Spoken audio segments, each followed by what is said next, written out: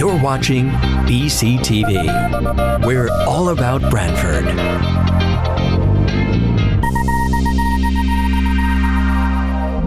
You're watching BCTV, Branford Government Television, a service of Branford Community Television. This program is brought to you in part through the support of the town of Branford.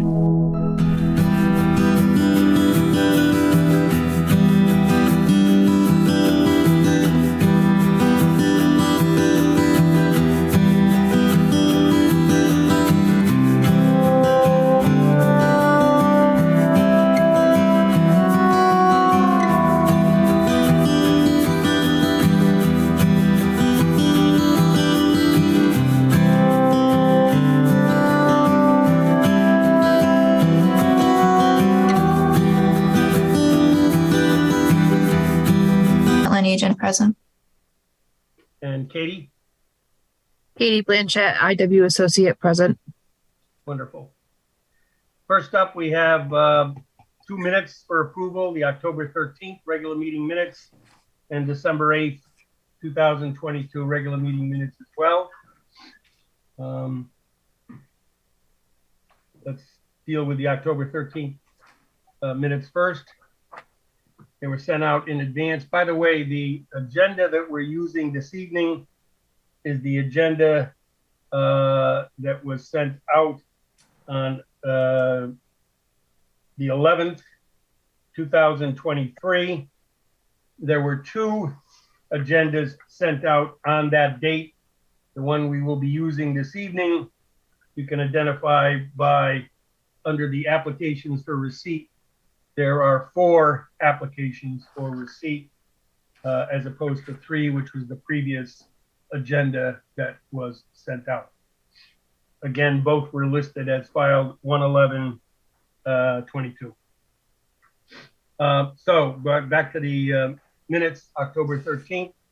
They are on the town's website and they were mailed out to the commissioners for their review. Are there any comments on those minutes?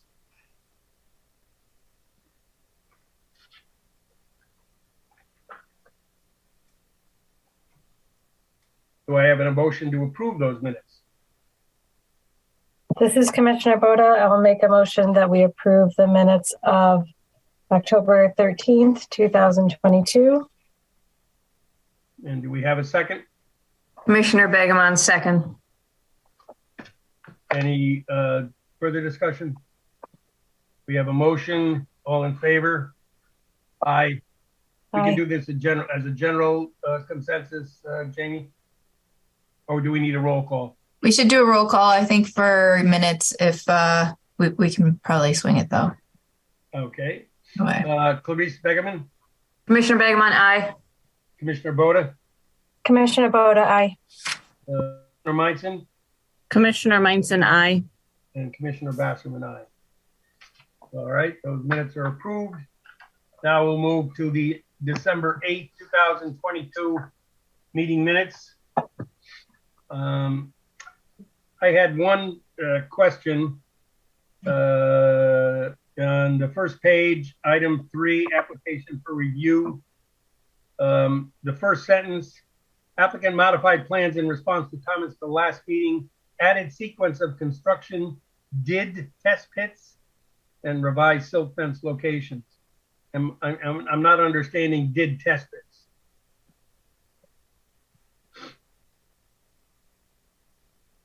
So at the meeting prior, the commission had asked if test pits had been done to see if they would handle the infiltration, and they hadn't. So at this meeting, they had done the test pits.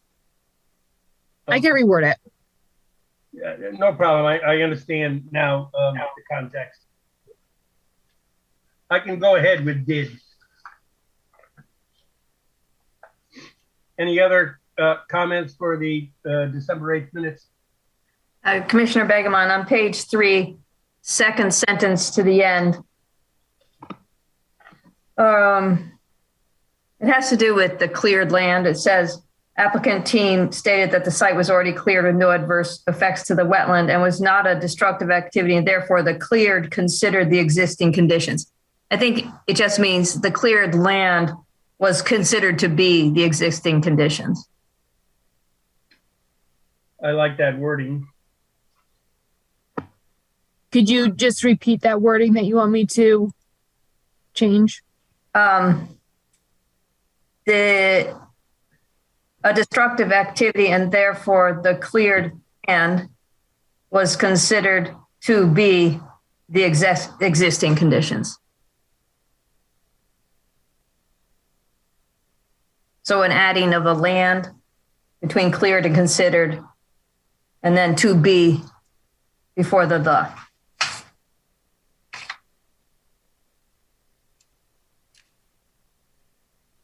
Got it. Thank you so much, Clarice. You're welcome. Any other amendments or comments regarding the minutes of December 8th?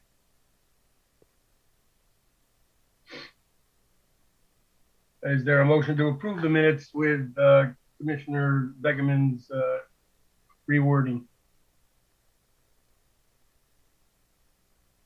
This is Commissioner Boda. I'll make a motion that we approve the amended minutes of December 8th, 2022. Commissioner Begeman, second.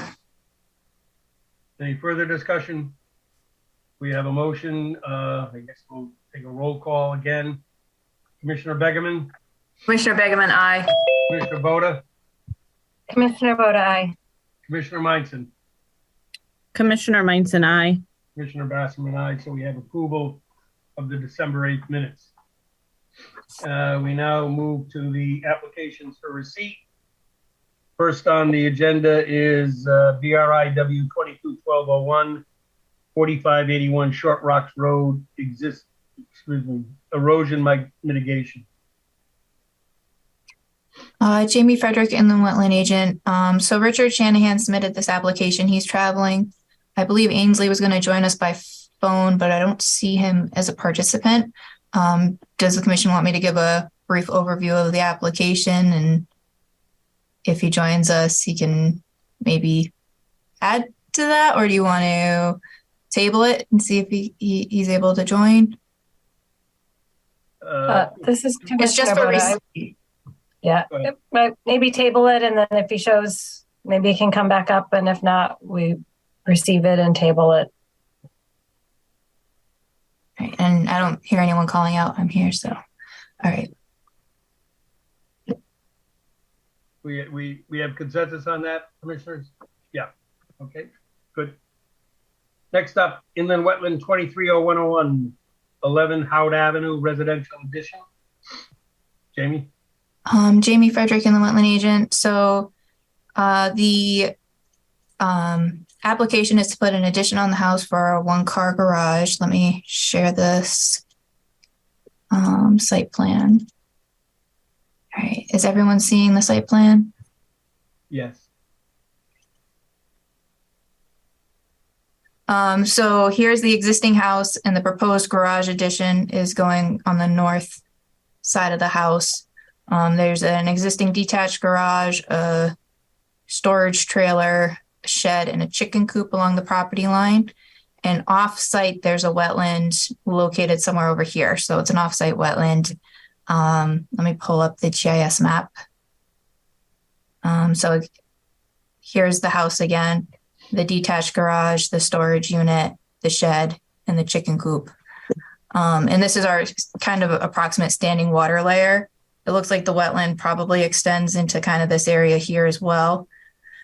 If I scroll out or down to another map at a larger extent, you can see kind of the larger wetland area. And the elevation of the wetland on the northwest side kind of relates to the elevation along the edge of the property at the lower side down by the detached garage. So the activity is, I would guess, somewhere between 30 and probably 50 feet away from the wetland. The site plan, I'll jump back to that, doesn't have grading. The intent is to basically leave the grades as is, with the ground disturbance being for the slab. And the other thing that's not shown on the site plan is drainage. So if the commission has any additional information that they think is appropriate for reviewing this application prior to the next meeting, they do have an erosion control plan. They're showing a silt fence from the start of the shed around the chicken coop and all the way around the backside of the garage.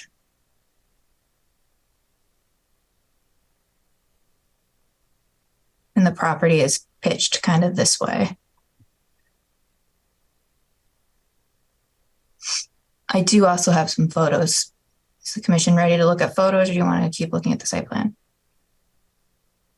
All right, I'm seeing some nodding heads. So this is from the back of the house looking forward. The boat is where the garage is proposed. You can see the chicken coop to remain. So the garage will be going between the house and that coop. And you can see it kind of pitches, it goes downhill this way. But it is relatively flat with the exception of the very back. This is from the front of the house looking back. Again, you can see the chicken coop to remain. And then this is a rock wall along the property line. And back here, you can probably, I don't know if you can make it out or not, but there's some standing water back here. And the wetland looks like it could come up into this area here. But it certainly doesn't look like it extends onto the subject property. Again, this is the rock wall at the property line. Close up of the standing water.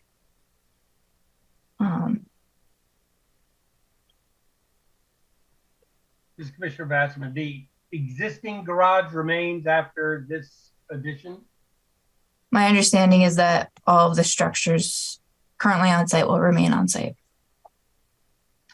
And any idea what the distance is from the chicken coop to the wetland? It would be closer than the proposed garage. But I don't know because the wetland's on the neighboring property. And we can't make him delineate wetlands off-site. But if I had to guess, again, I think kind of, let me zoom it in a bit. So this is 55, 56. This 56 contour is the high point of where the wetland was on this side. So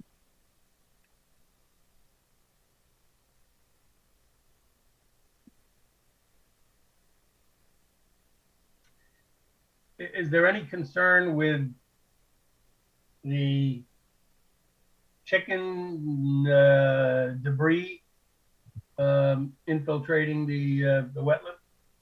the chicken coop is an existing condition. It's also currently not being used as a chicken coop anyway. Great. Thank you.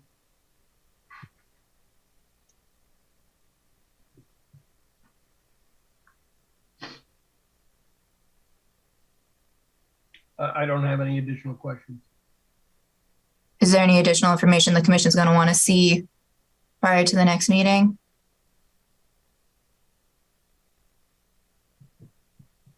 Jamie, this is Commissioner Bangman. When you mentioned there isn't any grading, you mean proposed grading, or they don't have the contours on the site plan? They don't have the contours on the site plan, and the intent is to excavate as needed for the slab for the garage and then backfill to mimic existing conditions. So I don't know if the commission feels it's necessary to have that shown on the site plan or maybe just written out in a narrative. It's kind of an interesting one because I think the wetland is fairly close to the property line. There's a bunch of structures in between the proposed activity and the wetland, but I believe it's close. But again, I don't have a wetland delineation, so I'm not sure how close. I think for me, as long as there's something in the file documenting that grading is to essentially mimic what's existing, that probably would be okay, but I might want some more information on the drainage from the structure to make sure that it's not directly getting discharged to the wetland area. And also because I know that there's a lot of drainage issues on Howard Ave, which ultimately discharges to a cut-off wetland area further south. This is Commissioner Bassman. Jamie, do we ordinarily have also construction details, especially with, you know, the backfilling and whether any material would be brought in or any material leaving the site or things like that? I think on a garage project, generally that it wouldn't be out of the question. I don't remember exactly the details on the site plan and what information is provided off the top of my head.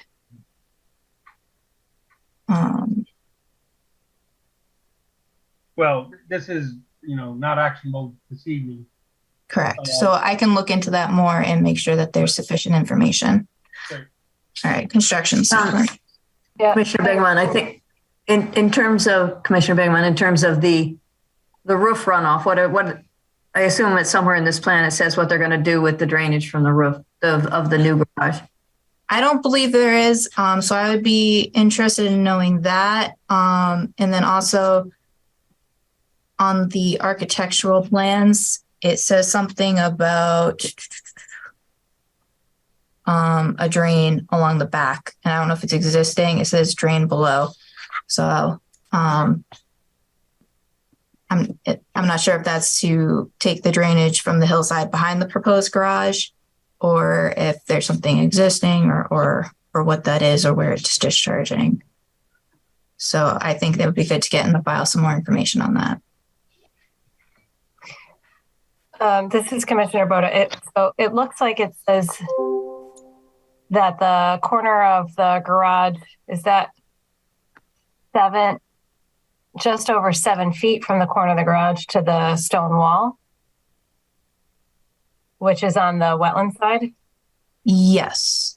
However, the wetland would be located, I do believe the wetland would be located kind of more, there is a hill there, so I think it would be located Below? Closer to where the shed is in the coop. I don't think it goes up this far, if that makes any sense.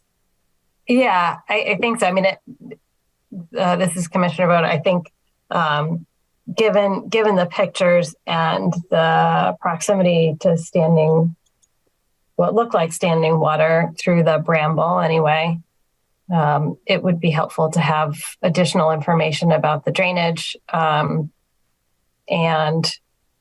if this is a one-day job, or if in terms of removing soil, stockpiling it, and then backfilling, like if it's more than a day, where is that soil going?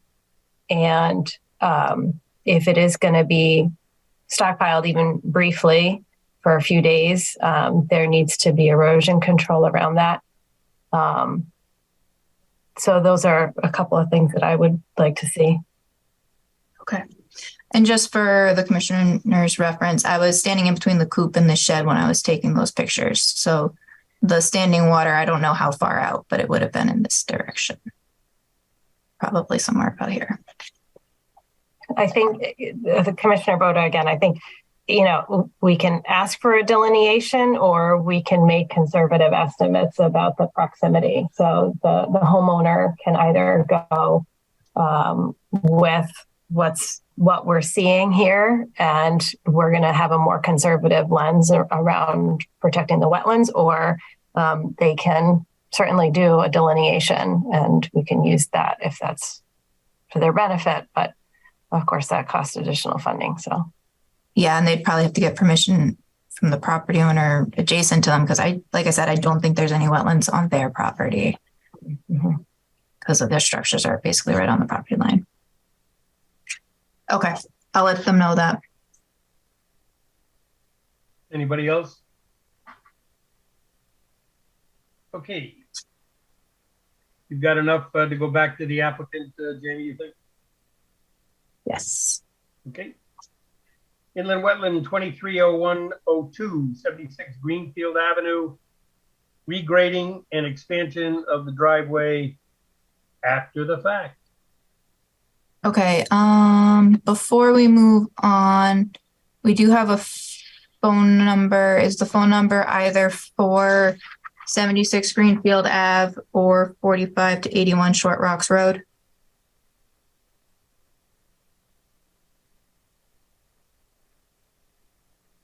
Is anyone here for Short Rocks Road or Greenfield?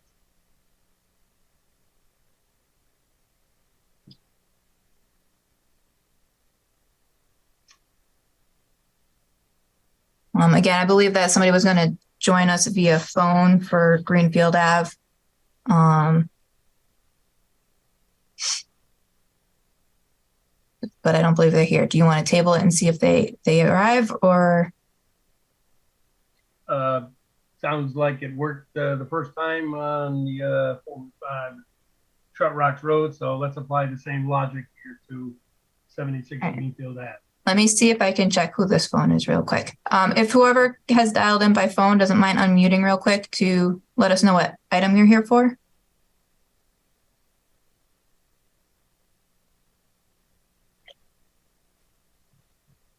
You should be able to unmute by pressing, okay, I've written down.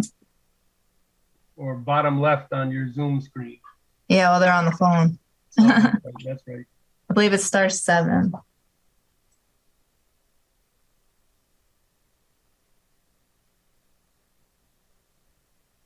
You can unmute by pressing *6.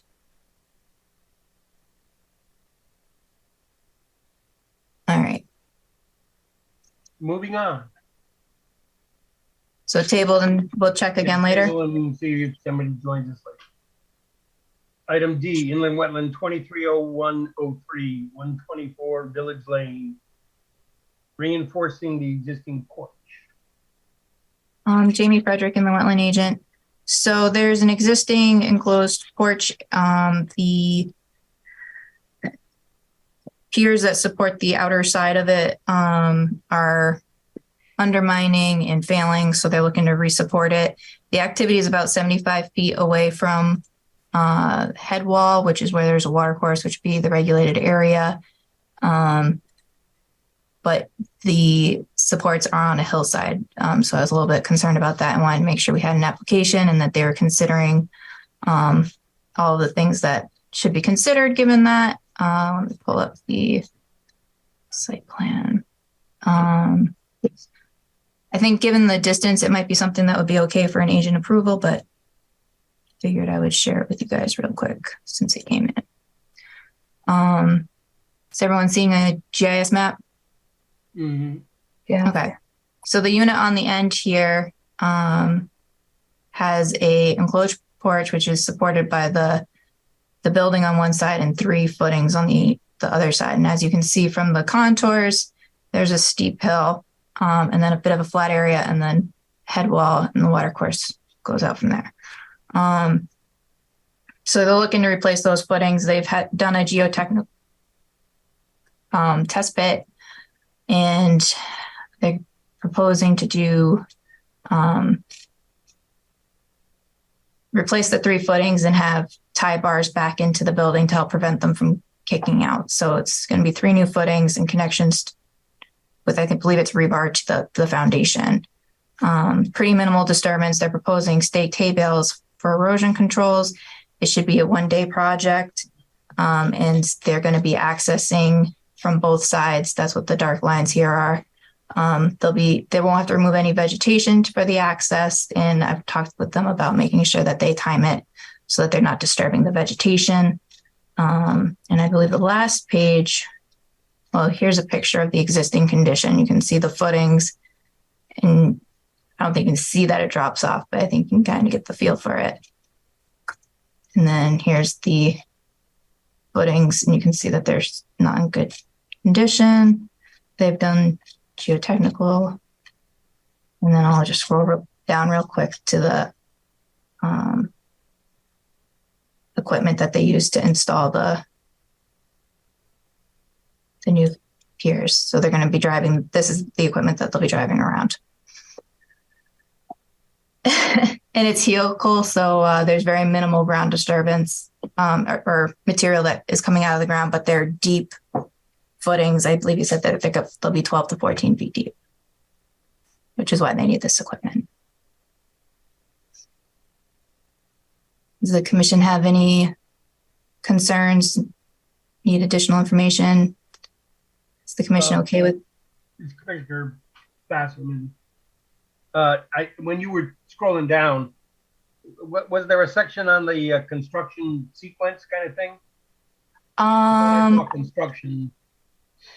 So I think when I was scrolling down, a lot of that is the geotechnical and kind of the existing conditions.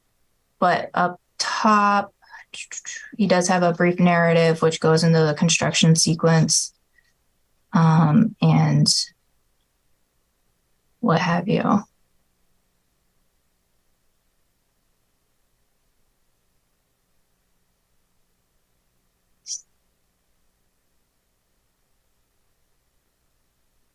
This just came in yesterday, so I would be doing a more review on it before processing it. But I did have a conversation with them last week about the project as well. And it seems like something that could be agent approval, but because of the hillside, I figured I'd see if you guys had any additional concerns. Yeah. All right. He addresses the construction in here in the narrative.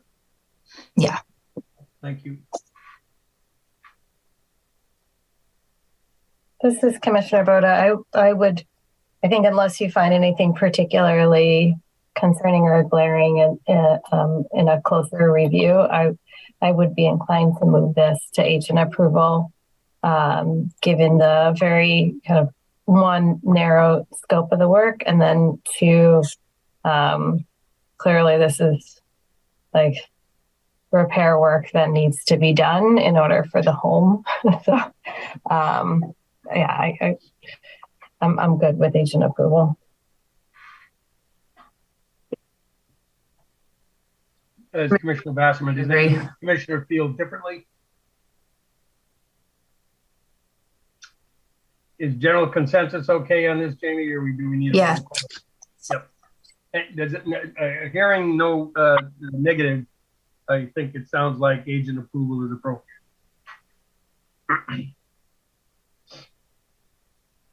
Unless, as Commissioner Boda said, you find something in the review since we just received this application.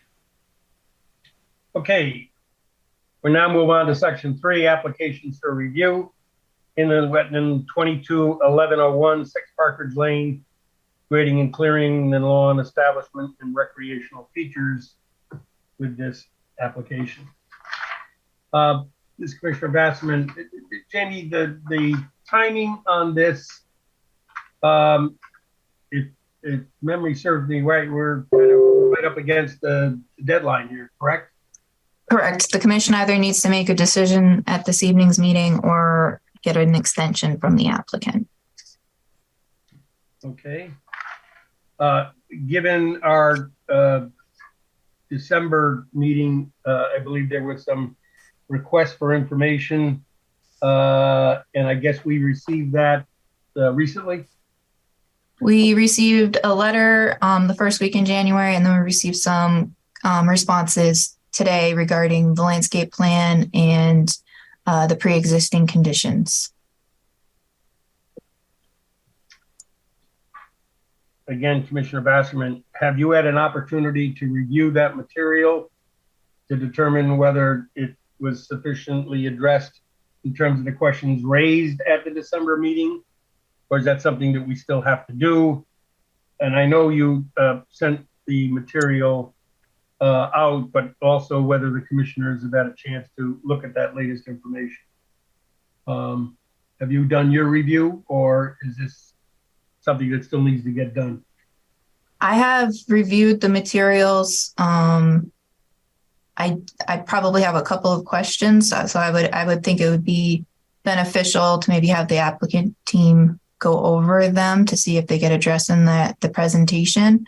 And then I think some of the responses were raised by the commission, and maybe commissioners have specific things they were looking for, and I'm not sure what that would be. So I think the commission also needs to review and see if that's been addressed. Sounds like a plan. Let's see, I guess the Greenberg team, it's your opportunity now to kind of go over that recently submitted material. Thank you, Mr. Chairman. I'm Attorney Marjorie Shansky. I represent the applicant. I'm here with Adam Greenberg this evening and the entire team, including Chuck Mandel from Stevens and Associates, David Lord, and John Cunningham. We made our presentation at the last meeting. I provided a letter to the agency dated December 23rd, not the first week in January. I believe it was yesterday that I sent a response to the two questions that Ms. Fredericks had of Mr. Cunningham, one having to do with whether a certain symbol stood for shrubs on the plan, to which the answer was yes, and asking locationally about planting, which he had covered in his presentation at the last meeting, and which we verified once again in my response yesterday to Ms. Fredericks.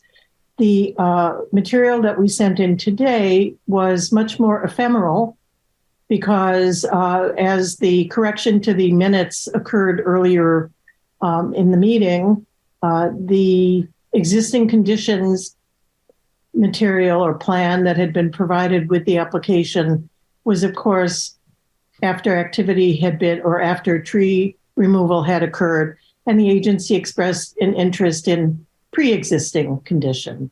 And in order to do that, we had to rely on aerial photography. We had to rely on best professional judgment based on existing conditions at the nature of the stands of trees that remain. And so that information was assembled and represents the best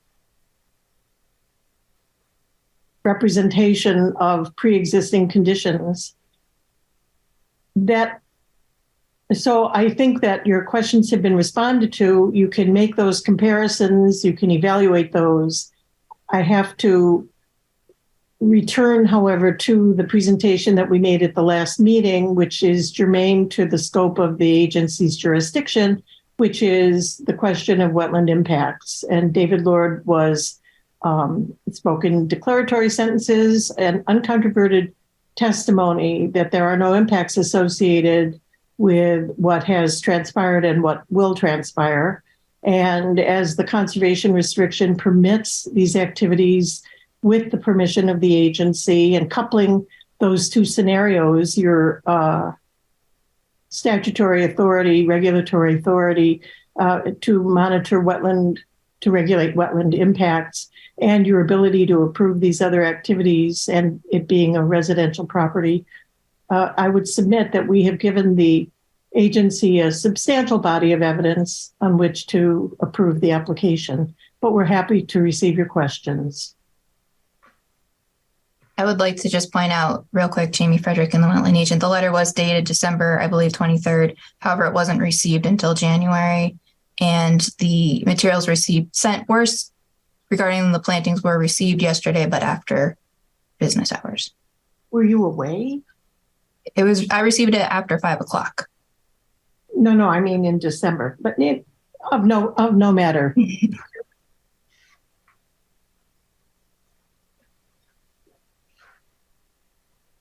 So Jamie Frederick and the Wetland Agent, does the commission want me to pull up the site plan for a refresher or any of the other materials? This is Christopher Bassman. Jamie, is this the site plan that you're going to pull up? I can pull that up. Just for the Chuck Mandel here, I saw what the chairman was pulling up. That was actually a worksheet that we presented today. So the entire site plan might be easier to read. That was a quick worksheet that just it showed the borrow pit method as how we ascertained the amount of fill that was on the site. So I think the original site plan, Jamie, would be better to use. You're more than welcome to show the worksheet, though, and I can go through it if you want. What would the commission prefer? I guess I'll take Mr. Mandel's suggestion to look at the site plan as opposed to the sketch here. But I was struck by not being able to really determine why the batting cage extends into the shaded area and couldn't be pulled back out of the shaded area.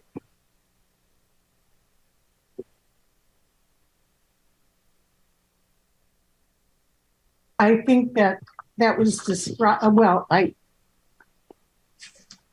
think as a, well, others than myself can probably answer that. I will say that as I described that in the alternative discussion on page 4 of my letter, because through Mr. Lord's review, determined that it has no impact in its location, and because from a maneuverability perspective, it keeps the proper orientation and separation from the court.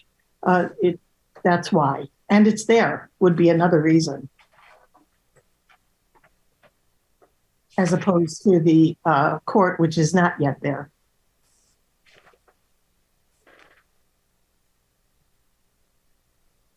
Yeah, for the record, Chuck Mandel here.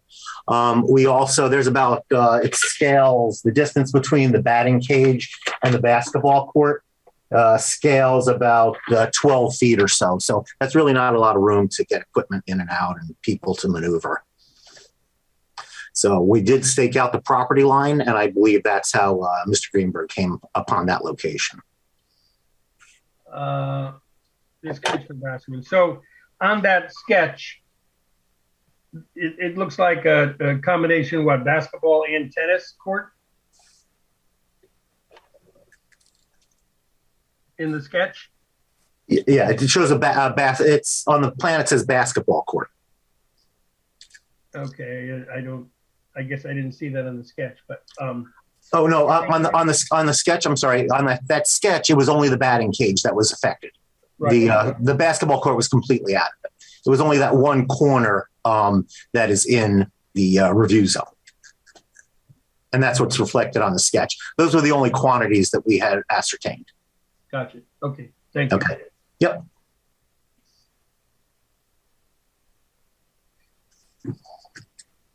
Jamie, you're going to pull up the, oh, you got it, the site plan. Are you going to say you're not seeing it? Yeah, I got it. I don't remember, but my glasses will help me. Can you blow that up a little? Working on it.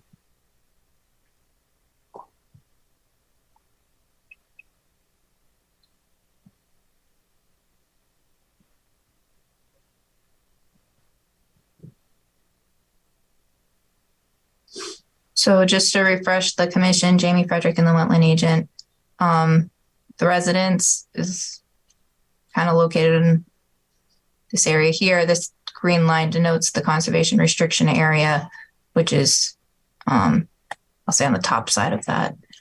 And then the proposed activity in the area of disturbance is shown here with the existing silt fence with this dash line.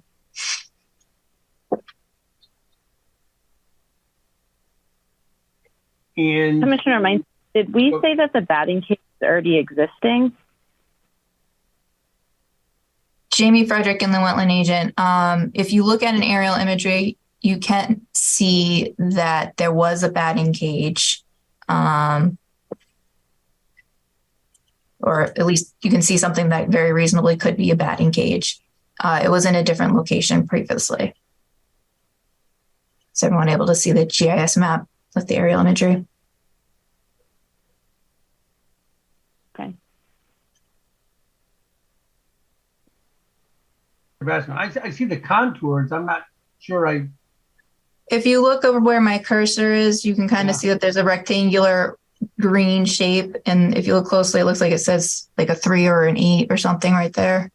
This is Marjorie Shansky. I believe if you look at the orthographic plan, it will show it. Is everyone seeing a GIS map right now, or are you seeing something? Yes. Yes. Okay. Let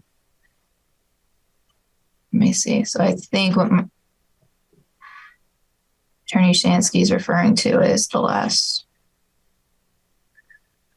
In the materials we received today, we received this site plan here, which overlays the site plan over an aerial image.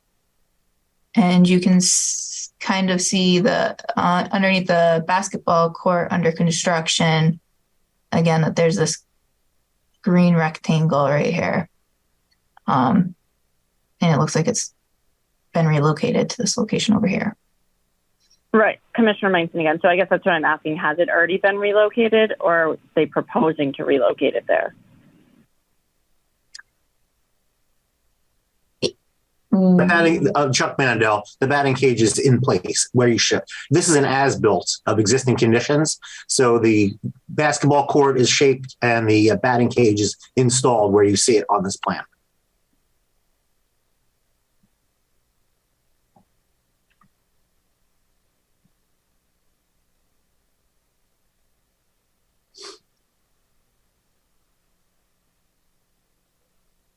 And this is Commissioner Bassman. Jamie, can you orient me to the shaded area that is on that sketch to this graphic? Chuck Mandel, Jamie, if you go, if you zoom in on that corner, or you go to the original site plan, I can explain that.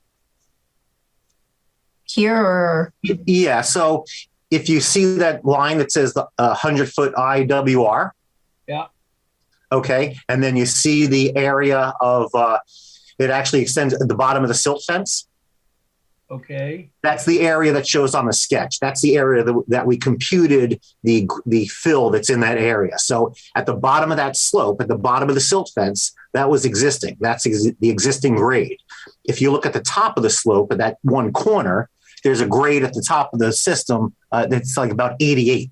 So from 88 to 84, you're looking at approximately like a 70 by 10 foot area. Let's see, I have my notes here. 70 by 15. So based on that, that's how we calculated the fill. A little bit more precise, but that's the approximate dimension of the disturbed area in that section where the fill was brought in.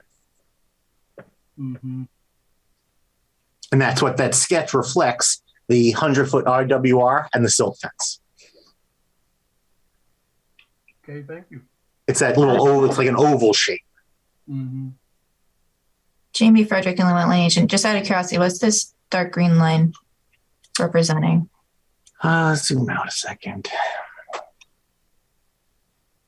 That's from the ortho, so I'm not sure why that's on there. That might just been a limits to disturbance to mimic the silt fence, just for clarity.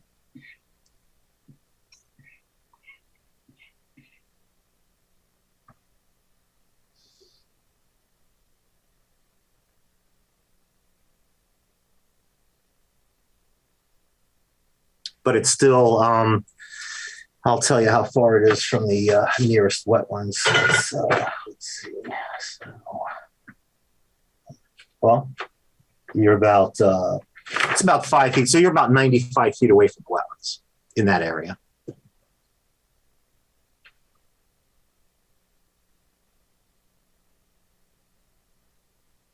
And I'm sure David Lord can comment on the distance of 95 feet over that land due to the grade, if you'd like a comment from David.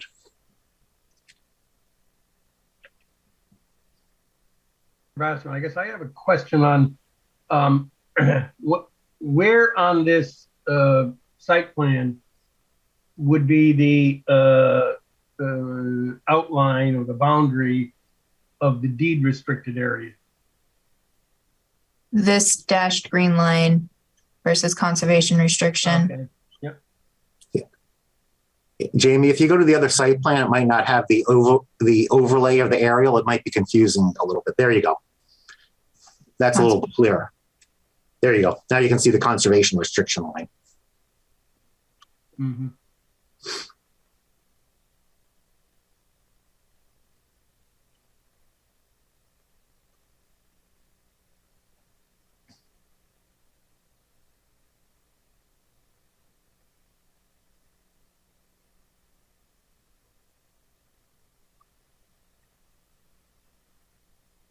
And this Commissioner Massman again, what is the, again, reason why we can't push the batting cage closer to the basketball court?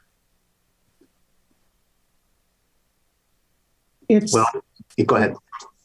Marjorie Shansky, part of the application, because it's not creating any impact. The ability to look in to review activity in the upland review area is to assess whether it has any impact on the wetlands, and it doesn't.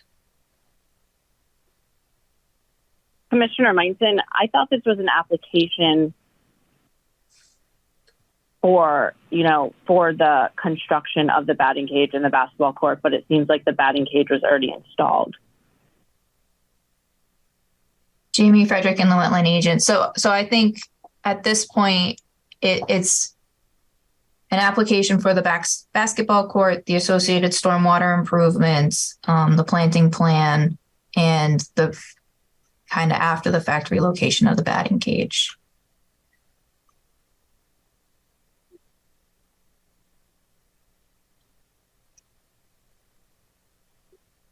And the grading and clearing that has already occurred.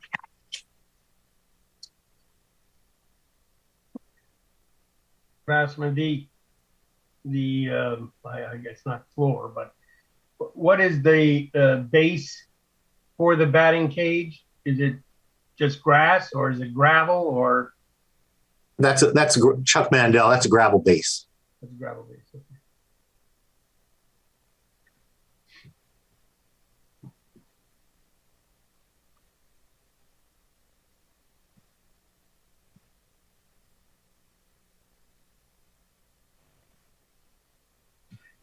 Is Commissioner Bassman again, and everything drains toward that rain garden? Yes, Chuck Mandel. We'll have everything draining towards the rain garden to get any runoff that comes off the courts. Yes. Mm-hmm.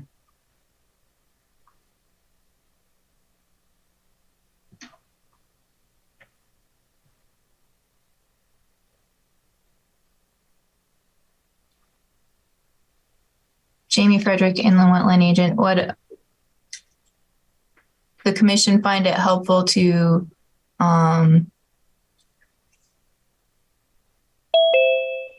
look at the section 10 of the regulations considerations for making a decision, and then maybe come back to looking at specifics, or does the commission think it'd be helpful to continue looking at the materials prior to jumping over to considerations for decision? I do think that there's one section in section 10 that doesn't usually pertain, that would possibly pertain to this application.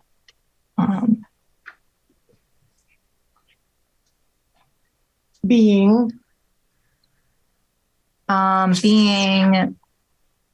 section 10.8. And that states, in the case of an application where the applicant has provided, so this is why I'm saying maybe, has provided written notice pursuant to subsection 7.15C of these regulations, the holder of the restriction may provide proof to the agency that granting of the permit application will violate the terms of the restriction. Upon a finding that the requested land use violates the terms of such restriction, the agency shall not grant the permit approval. We don't have anything, but this does have something that would fall into you have the acknowledgement terms of a restriction. This is Marjorie Shansky. You have the acknowledgement of the properties that are subject to the conservation restriction, endorsing his efforts and agreeing to an amendment of the restriction. To clarify, or to correct my earlier statement, I meant we don't have anything in writing requesting or stating that there will be a violation of the terms of the restriction. I have to pull out my regulations. I can pull it up on the screen if you would like. Oh, I've got them right here. Thank you.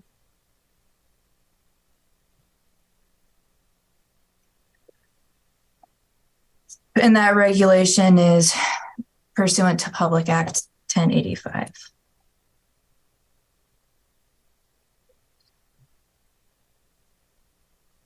Oh, yeah. There is no holder of the restriction. There are properties subject to the restriction. This whole conversation that started is predicated on the fact that there is no grantee in the conservation restriction. It is just a burden on the properties enumerated. So it would not be applicable.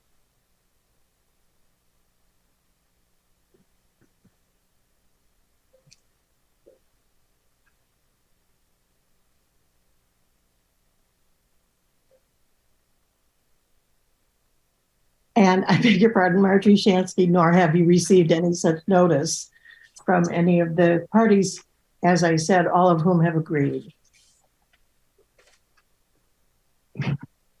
Commissioner Bassman. Jamie, is there, have we concluded that the request that was made at the December meeting regarding plantings and such have been addressed in the material that you've received to date? Jamie Frederick, and the Wetland Agent. I can pull those materials up. I think that that's for the commission to determine. Well, why don't we do that? All right. So in regards to the planting plan, I had stated, so the black italic text is from my staff report and the purple italic text is the response. There was some discussion at the last meeting regarding clarity of the planting plan and kind of how much variability there might be from the planting plan based off of the field determination at time of planting. Looking at the planting list and the number of plantings, and then looking at the circles, if you will, on the planting plan, there's a lot more plantings listed, particularly in the shrub category, than what are shown. So I had asked, does each medium open circle represent the approximate location of approximately 3 shrubs, to which they said yes. According to John, and as I believe he explained, the final list of plants is on the plan, and all of the circles are proposed plant locations. And then I said, at minimum, it is recommended that the minimum number of shrubs to be planted in the 100-foot upland review area be specified. According to John, the plant list on the plan is the number of shrubs and trees that are going to be planted, with the exact location to be field determined by JC at time of planting. According to John, all plantings are inside of the SESC on the Stevens plan and will be in the upland review area. Marjorie Shansky, John Cunningham is here if you require more clarity. And I can also pull up the planting plan to refresh everybody. We do that? Yep. Good evening. Can everyone hear me? Yes. Okay. Once again, John Cunningham, owner of TEC Landscape Design. This is just so everyone knows, this is a preliminary plan for the Greenberg residents. It's a wetland planning. My office has probably worked on over 100 wetland applications in the last 35 years, 30 years. Just so everyone knows, the plant list that is listed on the plan is the quantity, varieties, and the size of the material that will be listed on really more of a natural setting like this, which it is. All this material would be field determined, because what is not shown on my plan is the existing vegetation that is still at the site. So obviously, if there's a circle or a shrub location shown, and there is a piece of existing material that is exactly where that is, that piece of new material would be moved. That's what field determination means. So the circles, obviously I went through this at the last meeting, the larger circles are the trees, then the next circles might be the woody ornamentals, and the smaller circles might be herbaceous perennials, ferns, whatever, okay? It's all going to be laid out in a natural setting. You have 2,900 square feet of area, of upland area. You have a lawn edge that is described on my landscape plan. I usually like to leave 4 to 5 feet of open area from a lawn edge to where the planting starts, if that makes sense to everyone. So as the plant material grows, it's not growing out onto the lawn edge, but it's still growing inside the planting bed, which we're forming when we get there. So at 180 shrubs and I think 7 or 8 trees, it's a lot of new material that's going in that upland area. I don't know what more I can say. This plan has, we've shown this plan for the last 2 or 3 meetings. Once again, this is a lot of new material to help with any filtration from the lawn area into other areas, but I think it's all straightforward. Plant list is shown, that's what's being planted, and it's going to be field determined by my office when the time of the planting comes.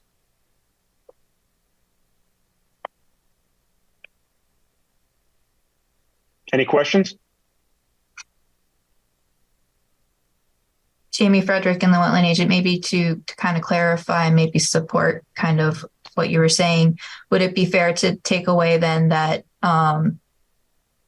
in the area where the medium circles are shown for the shrubs, there would be kind of an equal distribution of the proposed shrubs in areas that are open and not currently? Yeah, Jamie, that's a good question. I'm gonna now go into design element. When you use plant material, you don't go 1 viburnum, 1 mountain laurel, 1 leucothry, 1 clethra. Plantings are usually, from my office, used in group or mass settings. So if you look at the plant list, there are going to be different groupings of the varieties that I mentioned. The sedges will mostly be used around the basin, okay, on the outside of the basin and also where the overflow area is. But what I'm trying to do is make it look like all the plant material that we're planting naturally occurred in this woodland setting, if that makes sense to everyone. So it's going to be a natural setting, not a form setting that you might have on a residential piece of property. Does that help out?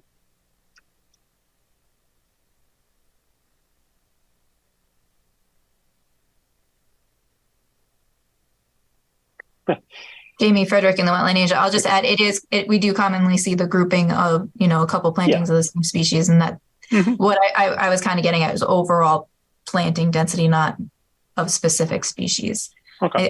I think primarily the main concern would be making sure that this area closest to the wetland has kind of a density of total planting material of what's shown on the plan. Yes, correct. At the end. And I think that's what kind of what the concern was at the last meeting. Commissioner Basserman, do you foresee, Mr. Cunningham, the existing plant material reducing the number of shrubs or trees as proposed? No, that's a good question. As a background, I'm on both Madison Planning and Zoning and Guilford Planning and Zoning. When a plant list is given on a landscape plan, Commissioner, that is the list that the town has to really go by, because the list can't really change unless we went back to Jamie and asked for a variation on the count. In my professional opinion, the count and the varieties on my list are going to be planted. Depending on, even if there's existing vegetation in the area, there is plenty of room in 2,900 square feet to add that plant material back on the plan. Thank you. You're welcome.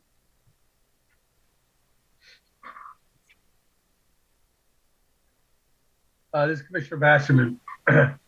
Does any commissioner, upon reflection of the presentation that was made at the last meeting by both Mr. Mandel and Mr. Lord, who both talked about no impact on the wetlands, does any commissioner feel differently about what they viewed both in December as well as tonight regarding an impact on the wetlands?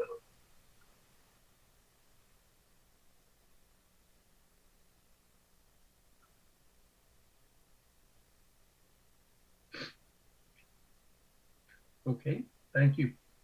I think another follow-up question might be, do any of the commissioners have any additional questions regarding that testimony?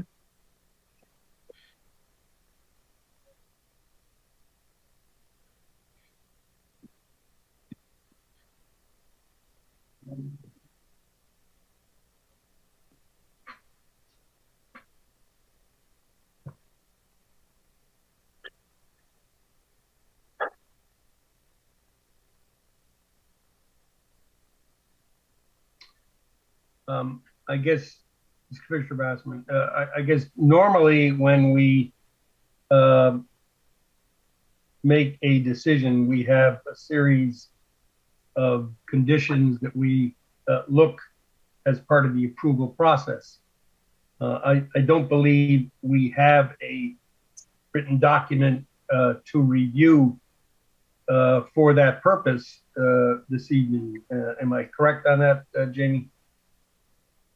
Jamie Frederick, and agent. That is correct. I did do a staff report, but it only has the standard conditions and general provision and issuance of all permits and this kind of standard inspections that I thought would be applicable. I didn't go through other conditions because I didn't feel like the commission had gotten to a point where I had guidance to do that at the last meeting.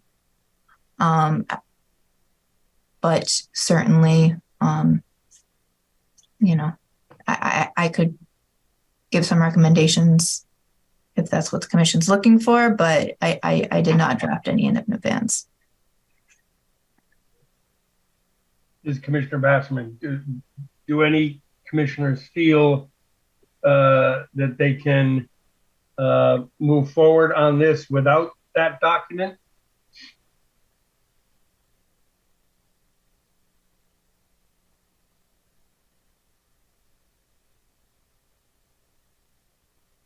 Mr. Chair, this is Attorney Marjorie Shansky. I don't want to get in the way of your question to the commission members, but I would make an observation that may be helpful to you. Go for it. It is the law that what we are seeking to do and what we are offering to do is what we are required to do. So in the event your conditions or the conditions not yet developed were essentially to recite the things that we have said, like the number of plant material or the plants shall be as described on the plant material on John Cunningham's landscape plan, things like that. We are required by law to do what we're offering to do. So if that eases your concern about being able to narrate all of it, that's for your information. Yeah, thank you. For something that has been as involved as this particular project, obviously it's taken some time, taken a number of testimonies.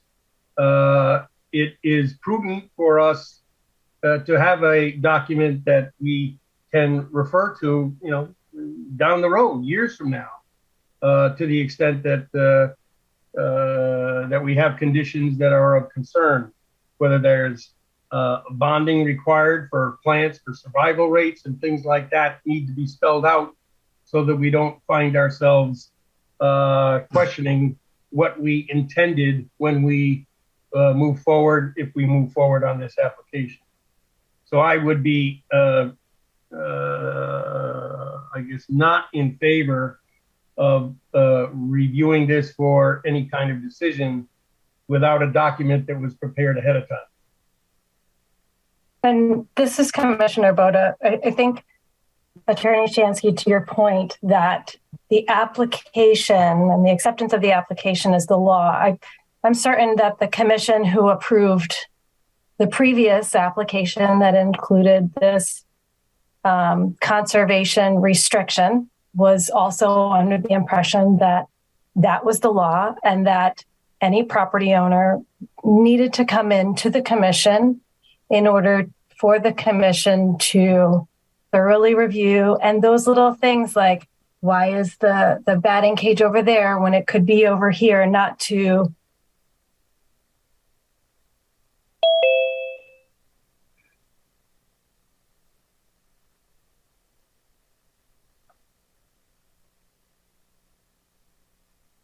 Something froze.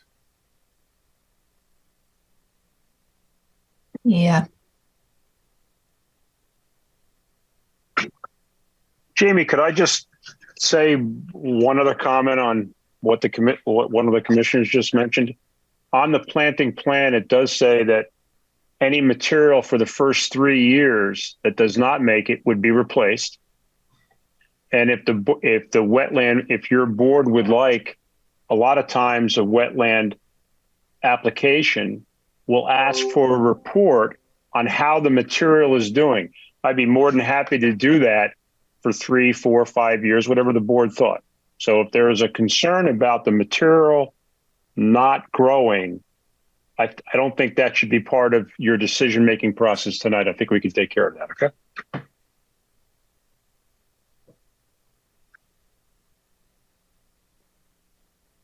Well, we normally have a survival rate and money set aside in the event that plants don't take sometimes 3 years, sometimes 5 years. And that is one of the conditions we normally apply to a permit. So the guarantee is great verbally, but we need to cement that in writing with the conditions to the extent that we go forward with this. Okay, that's new to my office, Commissioner, but I'll listen to whatever the town of Branford would like to do. Thank you. Excuse me, Mr. Chairman, could you please repeat that? We normally, for plantings of this magnitude, have a section in the conditions regarding survival rate. And what goes with that is money set aside in the event that plants don't mature as they should. Yeah, landscaping can be bonded. It's one of the few things that can. Yeah. And that needs to be memorialized in the conditions associated with a permit. That's the way we do things in Branford. And did Suzanne drop off? She did. So, which actually raises a good point. We should probably table conversation. We don't have a quorum right now. We actually kind of quasi do. So I think we need to table this item until Suzanne gets back. Excuse me, Commissioner Pepitones, though she's recused herself, is there. She is constituting the quorum. We would need a quorum for this item. So I think we should table it until Suzanne gets back. Correct. We have no choice on that. We do not have a quorum of commissioners active on this application at the present time. I'm not sure that's an entirely accurate conclusion, but you're in charge. I'm not. And I'd rather err on the side of caution. We have done that in the past when somebody had to drop off.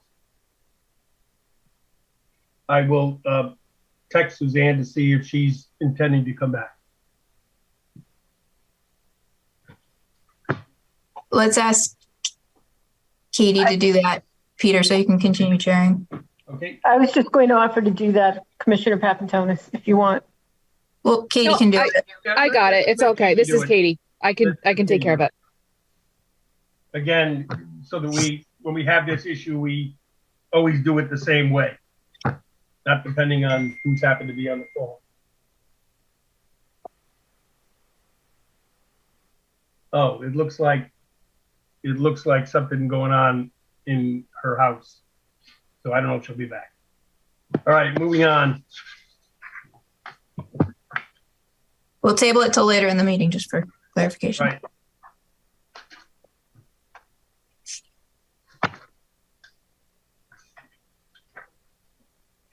We have some enforcement activity. I guess the first one would be tabled for when we return to this application. So next up is cease and correct 220601 and the NOV for 20 Huntington Drive, removal of trees and placement of debris. Tabled to February. The February 9th meeting. Okay. As is cease and correct order 221101, 9 and 33 Elm Street. Moving right along here. Cease and correct 221201, 21 Brainerd Road, construction without permits. Just cause hearing is. 1 minute. Go ahead. Katie, were you trying to say something? Yeah, I just talked to Suzanne and her internet went down. She's resetting her router and she'll be back up. Thank you, Katie. Yep. This was continued from our December 8th meeting. We had no discussion in December regarding this cease and correct. Is there somebody on the call for 21 Brainerd Road? We have 2 people that have called in. Are either of you here for 21 Brainerd Road? You can unmute your line by pressing star 6.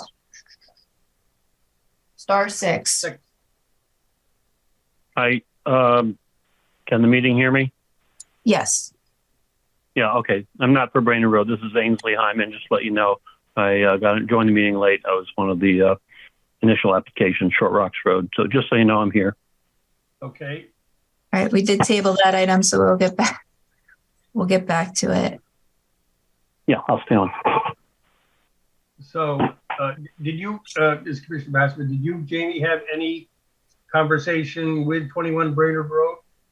I have, I'll just make one more announcement. I was expecting people to call in for it. Again, is anyone here for 21 Brainerd Road? You can unmute your phone by pressing star 6 and announce yourself. Or if you're using the app, you can unmute yourself by pressing the microphone button.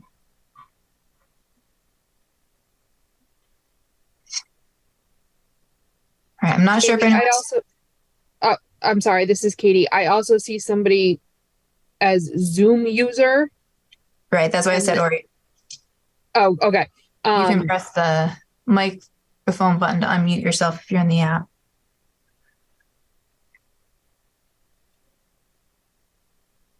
Or if you're having difficulties, you can raise your hand. All right, well, if you're able to unmute yourself and you're here, feel free to chime in at any time, but I'll start updating the commission. All right, so it came to my attention after the zoning enforcement officer did an inspection that there was some construction without permits. And it's definitely within the 100-foot upland review area from wetlands that were delineated on the neighboring property. So I sent a cease and correct order asking them to attend the December meeting. They were not able to attend the December meeting, but I met with them the next day on site and talked with them a little bit about the process and discussed that they should attend this meeting to discuss their concerns with the commission. I'm not sure if they're here or not. And do you want me to start with the order or some pictures?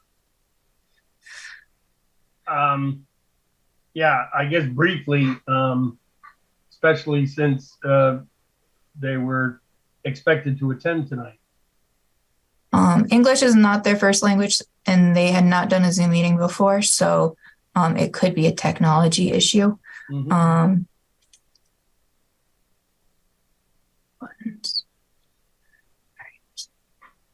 Maybe a couple pictures would be helpful. All right, so is everyone seeing a GIS map? Yes. So this is the existing house with an addition that was approved back in 2010. Here's the wetland delineation from project on the properties to the south. And this entire area in the back of the house is within 100 feet of this wetland line. We don't have any information further north or west from the point that you can see right there. So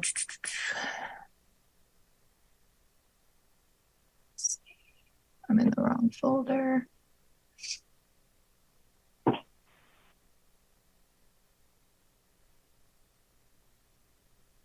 So here's some photos of the construction that's unpermitted. There's two structures. There's one that is much further along and another that is kind of at a foundation level.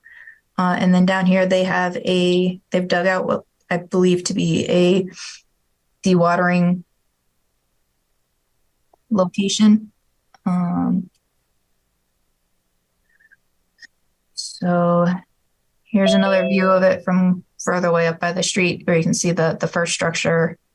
And this is the back of the house in the approved construction.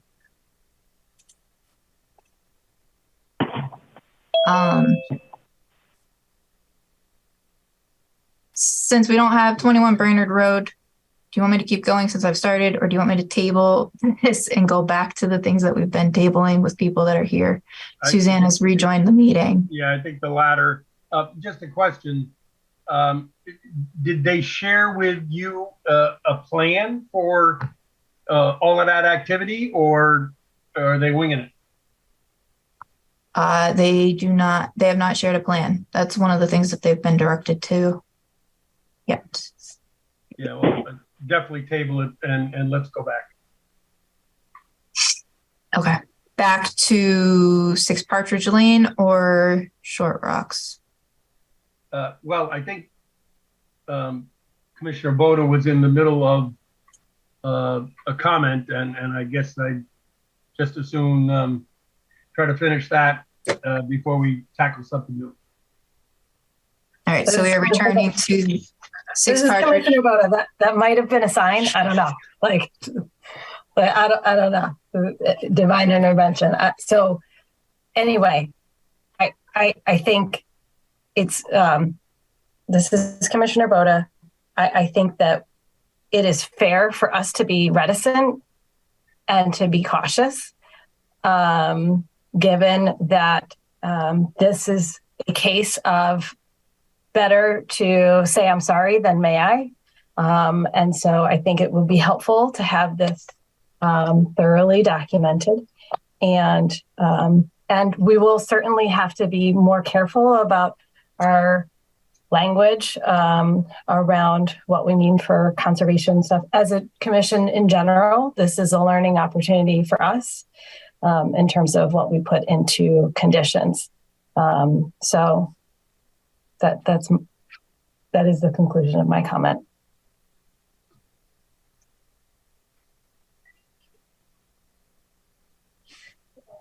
Mr. Basserman, I guess for that to happen,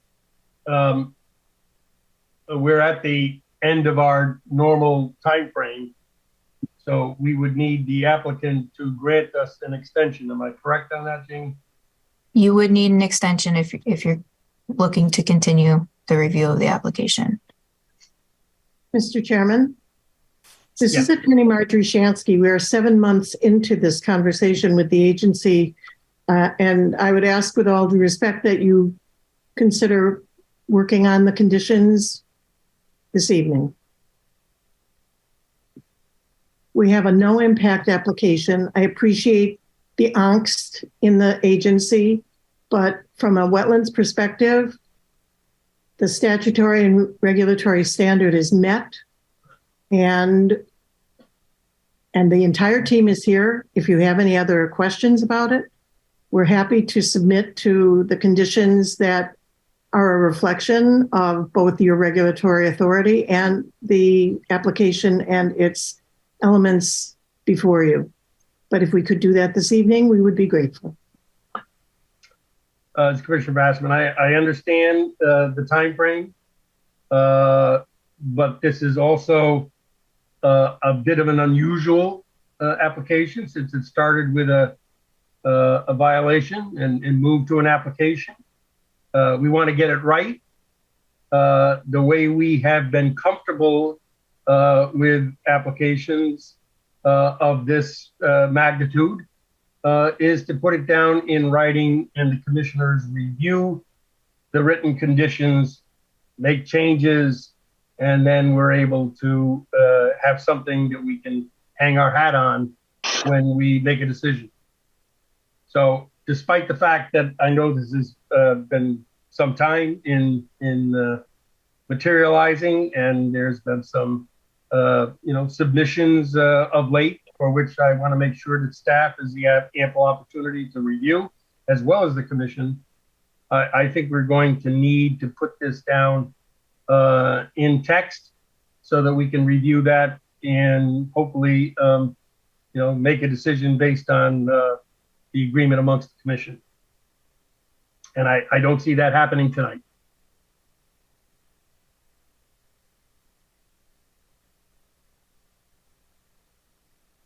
When is your next meeting? February 9th. Will you have Am I right on that, Jamie? Correct, February 9th. Will you consider a special meeting before then? It's tough getting folk together when they have known dates. When the special meeting comes up, it's much more difficult. So I don't know. I guess we'd have to poll the commission and see if they're interested in the special meeting or continue things until the 9th. Commissioner Begeman, what's your take on this? Commissioner Begeman, I was just thinking about whether there would be any rush needed for construction or for planting, and I don't see any. And it's not like we have other things also for a special meeting, so I'd be happy to just extend it to the next regularly scheduled monthly meeting. Commissioner Boda? This is Commissioner Boda. Yeah, I agree with Commissioner Begeman. Usually the thing for a special meeting is just cause hearing or there's issues with immediate erosion, or we're trying to get something in for the planting season. That's not a concern at this moment. So I think that the next regularly scheduled meeting is appropriate. Thank you. Mr. Chairman, wait a minute. Commissioner Meinson. Commissioner Meinson, I would agree to continue this to the next scheduled meeting and to not have a special hearing for it. So, Mr. Chairman, since it's 3 out of the 4 that are hearing this, I need to consult with my client. Kindly pass this matter. We'll get back to you in a few minutes. Okay, we'll table it again. I guess we can go back to Short Rocks. 5581 Short Rocks Road, 221201.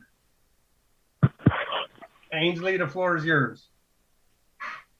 Okay, can you hear me? I can. Yes. Okay. So I'm filling in for Richard Shanahan, who could not be at the meeting tonight, and I apologize for joining the meeting late. I think everyone on the board is familiar with Pine Gutter Brook at the Branford Supply Ponds, probably one of the worst stream bed erosion situations in town. And so Richard tackled this again. He walked the brook extensively, and he walked it with several contractors. and we contracted a plan which you have from Davidson Environmental. So he's looking at tackling the erosion of the brook.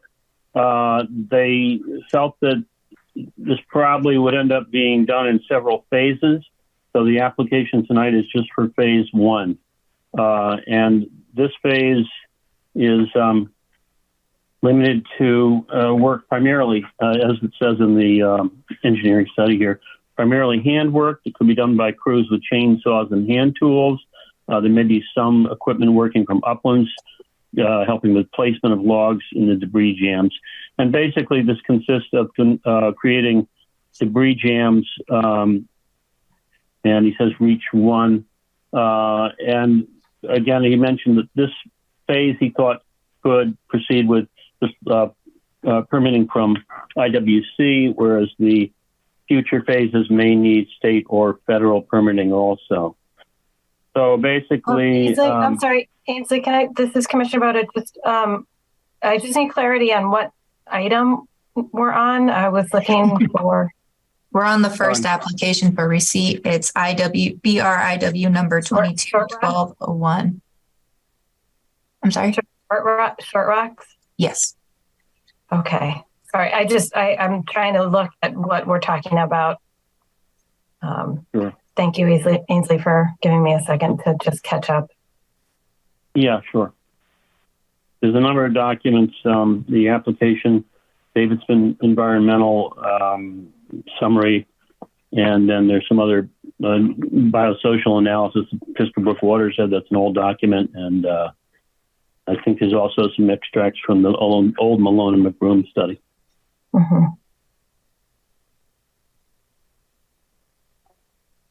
Yeah, so I believe that when Shanahan walked the watercourse, he was they used the information from the Malone and McBroom study to base kind of what they're proposing.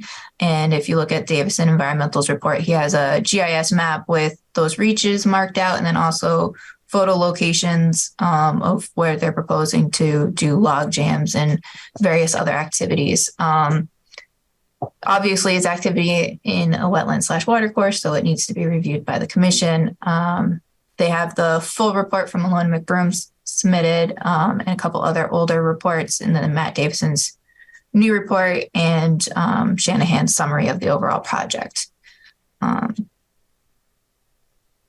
And Jamie, if I could add, I think what makes this proposal different from previous efforts is that they're starting up at the top of the watercourse, and they review the whole length of the watercourse and are taking the whole thing into consideration, rather than what we previously tried was working down at the bottom of the downstream part of the watercourse close to the sediment pond. And Jamie said the aerial photo with all the locations that Jamie referred to kind of illustrates that. And as Jamie pointed out, for each location designated on the photo, there's a corresponding photograph of that location.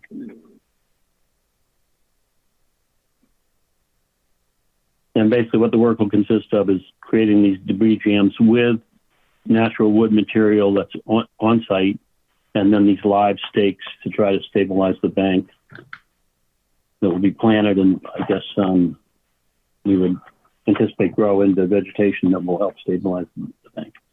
This is Commissioner Bassman. Ainsley, when would this phase one commence? Yeah, Richard's hoping to start this spring within the next couple of months, because if we wait until everything leaps out and understory vegetation and poison ivy and everything comes in, it'll be a lot more difficult. So they're hoping to do it before that. So I think we're talking March. If the Wetlands Commission approves this, we'll be going to Board of Finance to secure the financing, and then as soon as all those approvals happen, I think we're prepared to get started. We have a contractor that we propose to use for the cutting up and placing the material in the log jams. That's Witkowski. It's Commissioner Basserman. So this is received this evening, not actionable until February. And then would you say after hopeful approval from Wetlands, you got to go to P&Z for money? Ainsley Hyman to Board of Finance. And yes, we're cognizant of that schedule. We understand this is just presenting the application that can't be ruled by you until next meeting.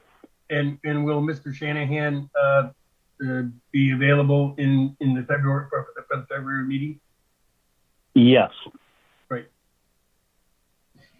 Jamie Frederick and the wetland agent, just to clarify the overall activity, it may not all happen at once depending on timing and weather. But the intent is to do the activity kind of shown along the location from Reach 6 through Reach 1. Is that correct? Yeah. Are you asking me, Jamie? Yeah. Yeah.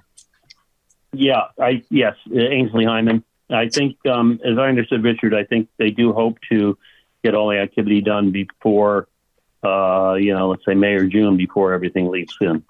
That was my understanding. And if Jamie, you talked to Richard at length, I know. So if you understood something different, say so. I think I was just trying to clarify for our minute taker. This is Commissioner Boda. That's an exciting project. Clarification: why is it Short Rock Road? Because it's on our application for receipt. It's a Short Rock Road. Is that meant to be Red Rock Road or Laurel? No, I think it's Short Rock Road because that's this parcel here. But that's a good point. It should probably reference these other parcels. Because if you're starting, it looks like the starting point is Laurel and Red Rock. Yeah, we'll need clarification as to whether or not these are on private property or if they're on, and then you would need authorization. So I'll work on making sure we have that prior to the February meeting. Yeah. But this is, again, Commissioner Boda, I think that it's an exciting project for the town. It's Pine Gutter Brook, as Ainsley already said, it's problematic. And so it's been a question mark on how to address it for a couple of decades at least. And so that there's a plan to do work on it is really exciting from a water quality standpoint.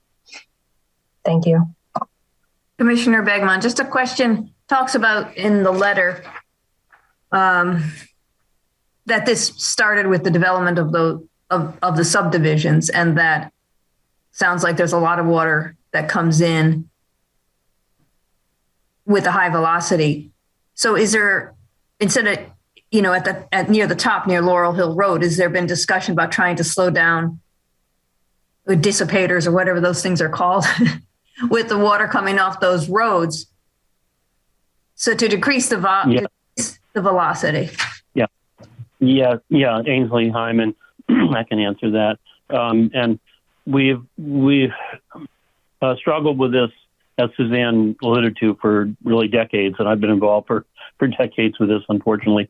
The trying to reduce the flows is daunting. There's several developments up there, and Jamie can help me. Is it Squire Hill? Jamie, is that one big apartment or condo complex? Yes, I believe so. Yeah. So this development the apartment complex was built before the present regulations. And we've gone up there, I have been up there with a environmental engineer in the past. I'm talking probably 10 years ago. And if you look at it, all the rooftops go into gutters, which go to downspouts, which are all directed ultimately into Pine Gutter Brook. And the runoff from the parking lots, which are extensive, also all goes into Pine Gutter Brook. So we actually looked at, I think it was Bob Criscolo I looked at it with, and we looked around the property. Was there a possibility of an area for catch basin up there? It would be very expensive, to do that. And I don't think the property owner can be compelled to do that. I mean, commissioners can help me or Jamie on that. But I think it was all built before regulations we have now. He can't be compelled to re-engineer it all. So it's difficult. So the best we think we can do now is try to take these measures in the stream bed to reduce the flow, the flow velocity. That's really where that stands. But that has been looked at, and we tried to come up with solutions. But as I say, even looking at it with an environmental engineer, it was pretty daunting.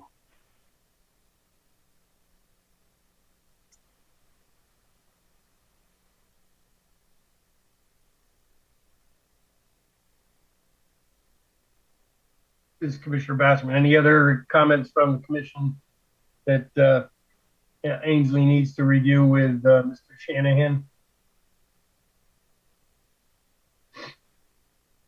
Okay, look forward to seeing you at the February meeting or Richard Shanahan. Thanks very much. Appreciate it. Yep. Are we okay to go back to 6 Partridge Lane, Ms. Shansky? Thank you, Mr. Chairman. The entire team remains here. I would exhort the commission to please ask any questions it has right now, so that in the 8th month, perhaps we do not have to all assemble for that deliberation of yours. Are there any questions of Mr. Lord, Mr. Cunningham, or Mr. Mandel?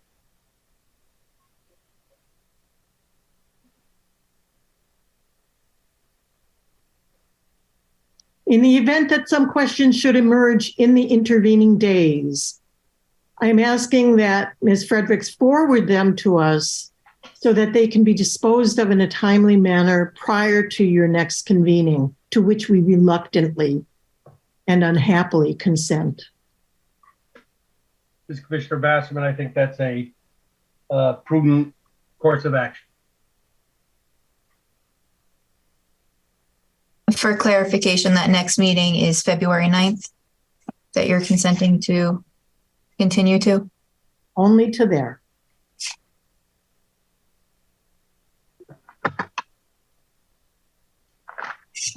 Thank you. Commissioner Bassman, am I now on item E of the— No, before we move on, I would like to have a discussion with the commission a bit about what it is I'm drafting. Okay. So am I drafting conditions for approval? That you guys can consider and discuss? Am I drafting a resolution? And what do you want in it? Give me a directions that I can draft the language.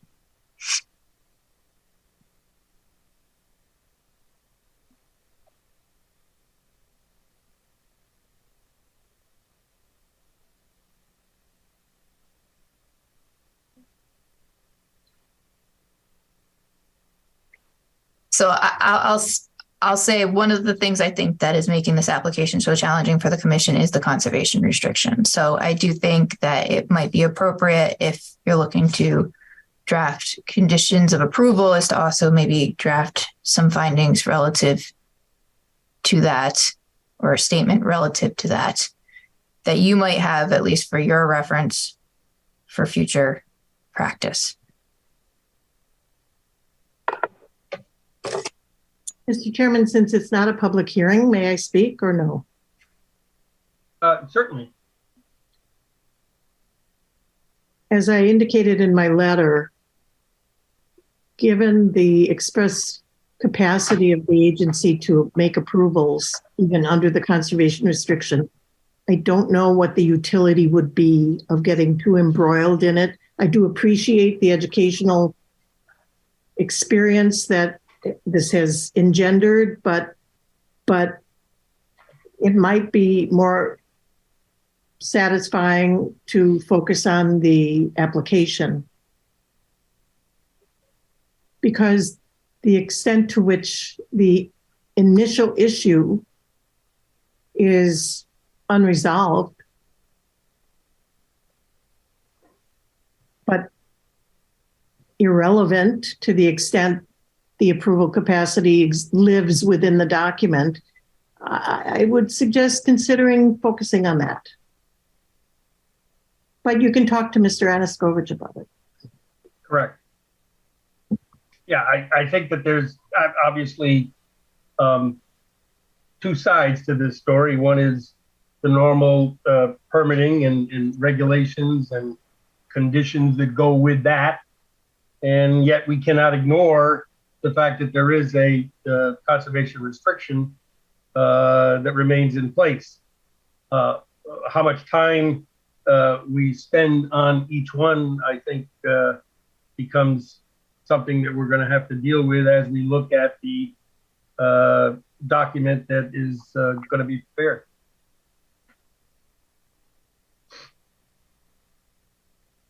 I guess, Jamie, this is Christian Rassman, to your point, I think we should, this is one man's opinion, we should write this document as we do other documents, which is conditions for approval. And then in the discussion with the other commissioners, we'll find out whether that has enough stuff to move forward on that basis, or whether there are concerns raised once that document has been prepared. That's my take on it. Well, just a disclaimer to follow up on that, Jamie Frederick and the wetland agent, is that the applicant has hinted that they're not going to grant another extension, so we should try and make sure we have whatever materials that the commission feels they're likely going to need for that meeting. But maybe, I don't know, if you want me to consult with town council to see if it's appropriate to address the conservation restriction or remain silent on it and see if he has any thoughts. I'd like to, if the commission has thoughts. Well, yeah, I guess on the conservation restriction, that's probably not a bad course of action. But I think for, the normal permitting process, the consideration of alternatives and things like that we normally deal with as part of our process, that I think can be prepared independent of whatever discussion you have with Attorney Anaskowicz regarding the deed restriction.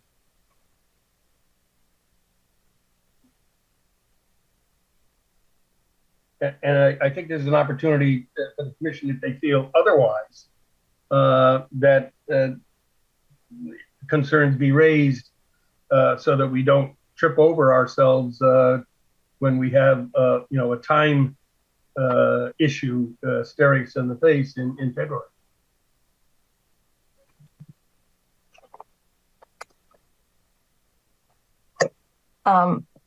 This is Commissioner Boda. I think that it makes sense to, along with the staff report, to outline conditions for approval. I think that we're going to have a discussion about the separation, in that we have the application, which needs to be treated differently than necessarily like thinking about the violation or the cease and correct. And so I don't think it would be unhelpful to have sort of some historical reference in there, because there is background to how we're arriving at where we are. And as much as possible to not repeat this, or to, I know Attorney Shansky has indicated that the decision, if we are to grant this permit, that it doesn't act as any sort of precedent, but I don't know why it wouldn't. There are other properties in town that have conservation restrictions or easements. I mean, I don't know that we're in a position as a town to go and inventory all of our past permits to see which ones are restrictions and easements and what exactly the language was on each of those. So I think we just, in rendering a decision, it would be helpful to be clear about how it is that we got there, given the particular circumstances of this case, of this application. And I don't think that deviates from our past practice. We try to stick to the regulations that are in front of us, the town, the state, our past practice, as well as any rulings that are pertinent, which there are ample ones on the record. So that's it. So in addition to a conditions for approval section, have a little bit of history relative to the specifics of this case added in there. And then all those whereases, lots of whereas. And Jamie, also, I guess we have to deal with how we moved from a cease and correct to an application, and we've done that in the past on certain applications, but we have to be clear that if there is approval for this application going forward, that clears the cease and correct. Jamie Frederick, Inland Wetland Agent. So they are two separate things, and certainly the commission said they were tabling the cease and correct order until the application's been reviewed. So cease and correct order would get picked back up after the application's decided upon, at which point the commission would decide whether to uphold and modify, or overturn or lift. And there has been some past practice if monitoring is required that it continue. But we'll get to that when the commission gets to that point. The application is what's before the commission now. Thank you for the clarity. All right, so I did hear mention of a bond and monitoring. So I'll draft some language for consideration regarding those two items. Does the commission, usually there's 3 and 5 years is what the commission talks about. The plan says 3 years. I believe that Mr. Cunningham said he would be open to monitoring for 5 years. Does the commission have a preference between those two that they think is appropriate for this application? This is given the different kinds of plantings, as well as the number of plantings and the design that went into this, the thought process, etc. I would be leaning toward 5 years. And this is Commissioner Boda. I think that we've had language in the past with something like 5, and then based on annual reports that the homeowner can, if we're seeing the survivability and not the invasives, good solid invasive control, that they can ask for an out at 3 or at 4. I feel like that was something very we had even recently. Mm-hmm. Mm-hmm. Okay. And then I think other things that I'll look into are applicable stormwater, like usually require certification. And then I believe that they had some dioecious plants, so I would probably put a condition that appropriate number of male plants are planted to make sure that there's berry production, which I don't think that they would argue with. Those are things I can think of off the top of my head. do any of the commissioners have additional things that you would like to see draft language that you can consider at the next meeting? One of the, Commissioner Begman, one of the things in that conservation restriction was that any use of pesticides or herbicides has to come before the inland wetlands. So I don't know if that's worth putting in there or if it's already on the plantings plan, but we don't want to have another. They do mistake. touch on that in their planting plan that I believe that anything would be organic. I can take another look at that language. I saw the same thing. This is Commissioner Boda. I saw the same thing, Jamie. So maybe the deviation from that. So kind of reiterating what's on the site plan, or is that what you mean by deviation? No, I mean, it is on the plan. It's specifically on the planting plan. Okay. Jamie, this is Commissioner Basserman. I guess the other thing is when we get into that section on alternatives considered, you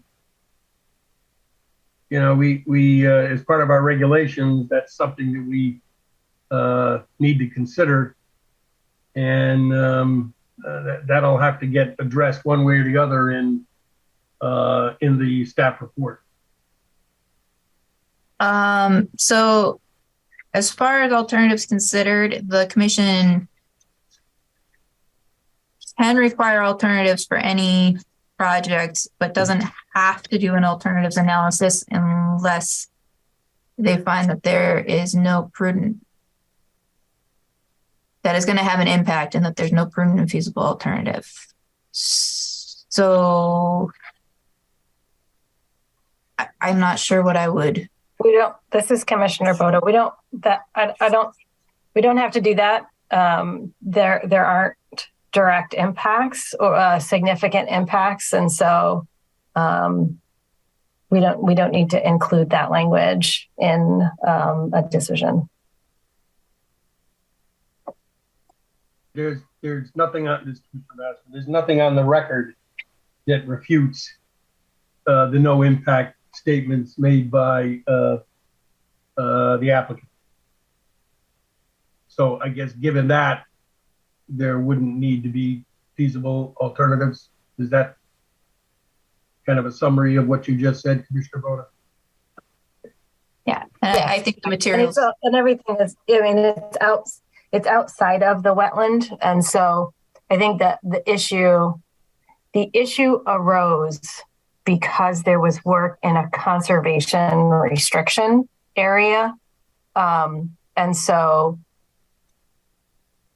I think that the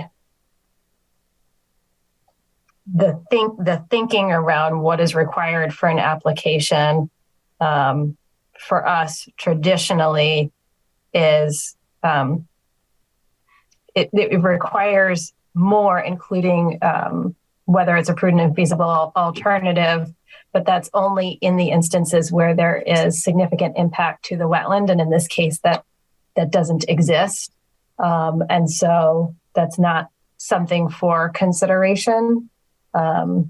This is, and I think, and here's the thing. So to the homeowner, to Mr. Greenberg, I think if you had come to the commission, ahead of time, I think that this would have been significantly smoother, but it's very difficult to parse out, like, this is, I think that this is grayish territory, and it's not something that, when we have our inland wetland training and we have our legal trainings, this is not something that comes up because people come in for applications. And so for us as commissioners, we look at an application through a particular lens. This has to be a different lens because we're talking about not direct and not significant impacts because there are no direct impacts. So we don't need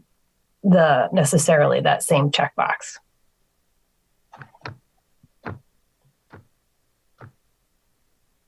Any other comments from the commission?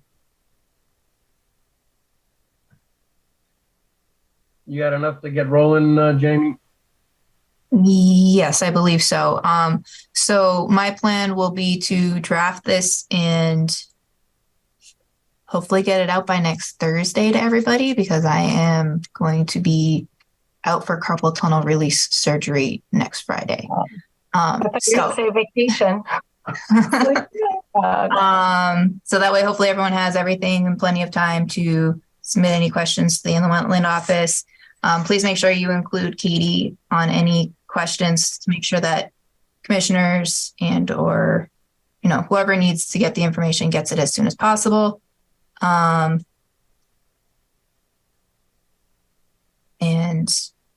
Yeah, so hopefully I'll have something out next Thursday, but if not, I will get it out as soon as I can. This is Commissioner Bassman. Jamie, given the training, if you send out a document, staff report, whatever, to the commission, a commissioner has a question, they get back to you. Can you then share that question with the rest of the commission before the meeting, or do we have to wait till February to get that interaction? You have to wait until February. There can't be any commissioner correspondence outside of the meeting. So, but commissioners can email staff, and if the question is for the applicant, we can send that over to the applicant, and then they can respond to it prior to the meeting. No, I got that. It was the stimulation that a question would promote, and looks like that will have to wait till February. Yes. Okay.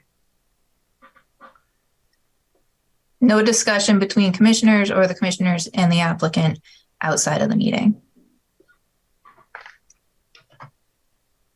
Anything else on Inland Wetland 22-1101?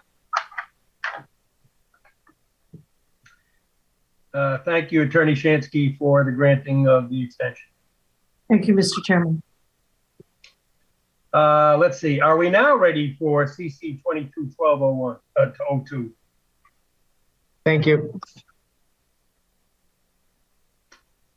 All right, before we dive any further, let's just refresh and make sure we know who's here and who's seated as far as commissioners go.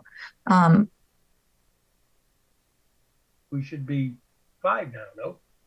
So we've got Peter Basserman, Jessica Myasin, Clarice Begamon, Melissa Papatones, and Suzanne Boda. And now that we're done with 6 Partridge Lane, Melissa Papatones is seated again.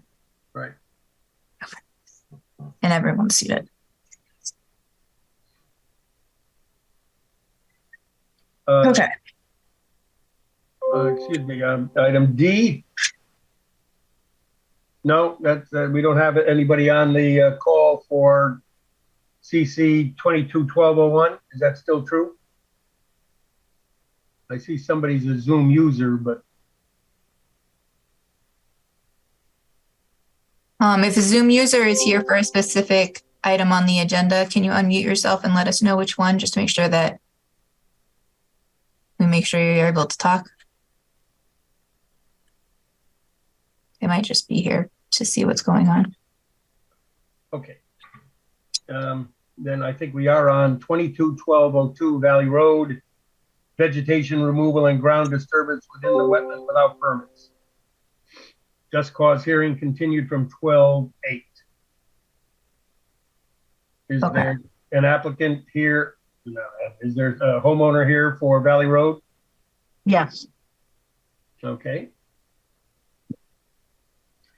Jamie, what prompted this? So Jamie Frederick and the wetland agent, the office received a call concerned about equipment down by the watercourse / in the watercourse. I went out to the property and I saw some equipment, and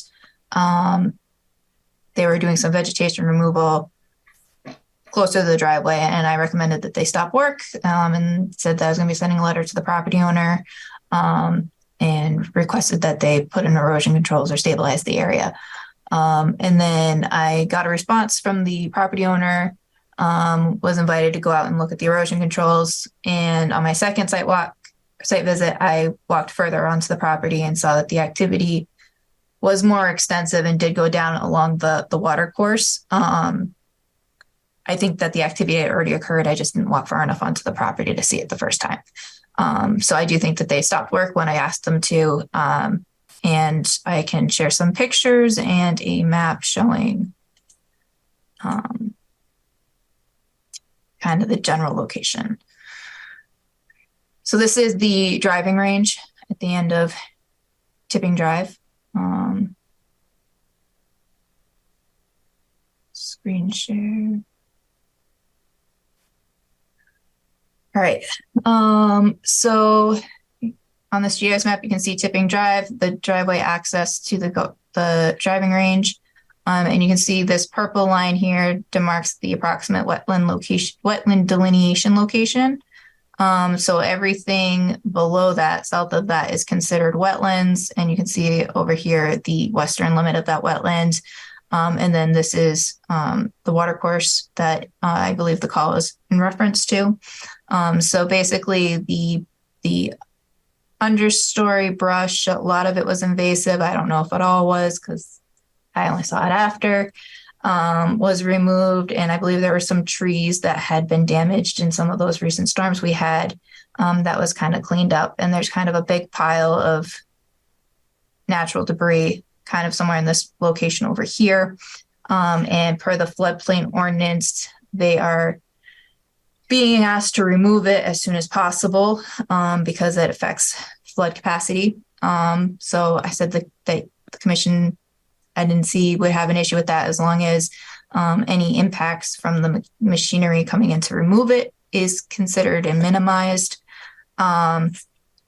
So I will pull up the site plan. We had an old site plan and I kind of highlighted it. No, I guess this one's not highlighted. This is just the site plan. Updated sketch of activity.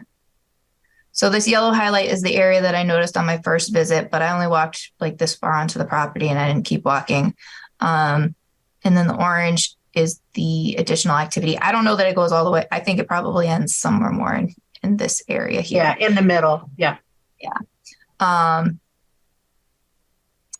So I'll pull up some picture, or I'll pull up the cease and correct order, which has some pictures at the end. All right, so this is, oops, oh geez. These are my pictures from the first time I went out, taken from the end of the driveway. You can see the equipment by the large utility pole, and the fact that there's some ground disturbance from the vegetation removal activity. This area has now been seeded and hayed to stabilize it. And then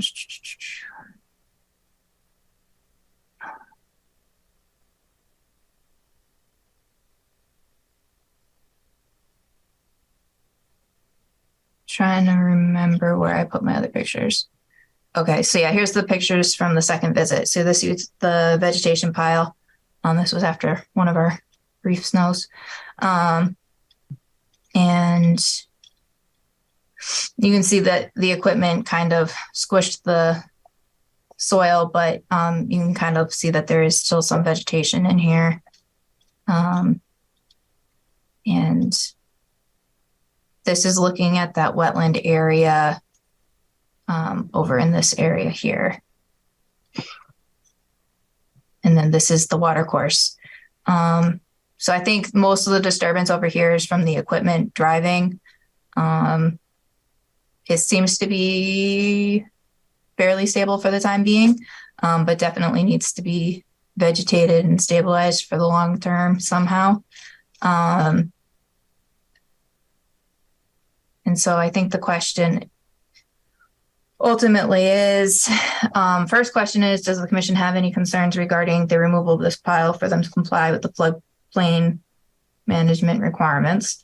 And then the second question is, what is required for the restoration? And I know that the property owner has some some information. The property's been in her family for generations, so she has some information on the past conditions of the property. And I do have some old Google Earth imagery. So this is from 1992, and you can see the watercourse here, and it looks like it's maintained as some sort of non-natural vegetation pretty much right up to the watercourse. And I think over time things have grown in, and it's a prime spot for invasives to come in, since there's no canopy to provide shade and prevent them from thriving. So I don't know if the commission has any questions for me, or if you want to hand it over to the property owner to explain the activity from her vantage point. This is Commissioner Begmont. Just a question about that floodplain and getting rid of that pile.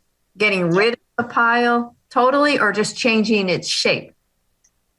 Removing it, because essentially when there's a flood, you don't want to displace the flood capacity of that spot, because then theoretically you could be displacing flood waters onto one of the neighboring properties, and or because it's all if something were to get loose, there's a bridge not too far downriver, downstream, and it could get hung up on that, cause a blockage or damage to the bridge and things like that. So it would be removing it so that the volume of that flood capacity is still there, and to help reduce any potential debris issues downstream. Not the floodplain manager, so that's my 101 on it.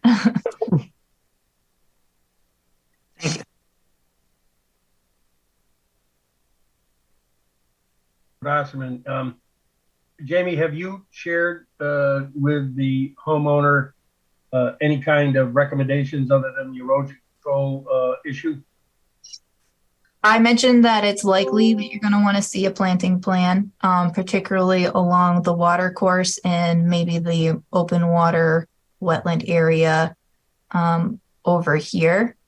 I mentioned that would help with stability and the prevention of reestablishment of invasives. And I mentioned, and we discussed what the past condition was, and I said that be important information for the commission to review. And then we also discussed maintenance and make that would be part of the discussion, so that way she has clear information moving forward on what she can and can't do with having to come back to the commission. Thank you.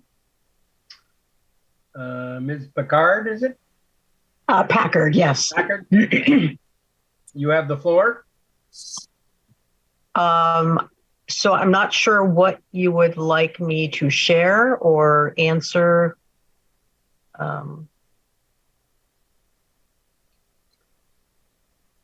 I kind of need to take some direction from you.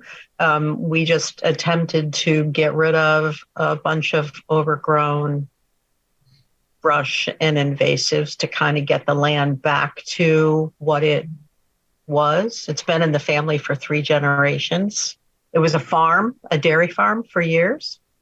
And we used to actually swim down at the river, and the grass really went all the way to the water.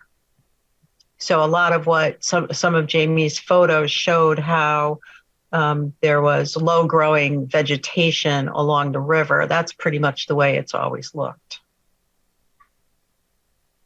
Jamie Frederick and the owner also submitted a couple of photos.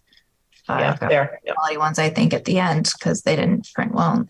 Yeah, so here's the full photos of what it looked like before they did the activity.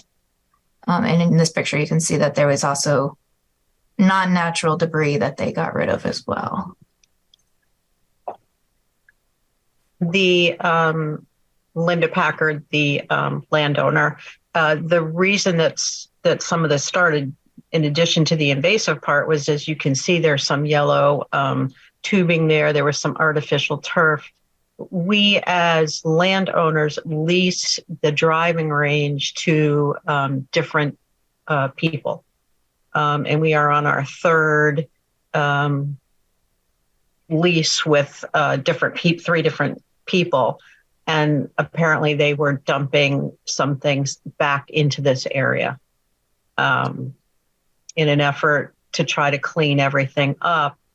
We pulled all of that stuff out and removed that, took that out of there altogether, and then went in and, removed the overgrowth.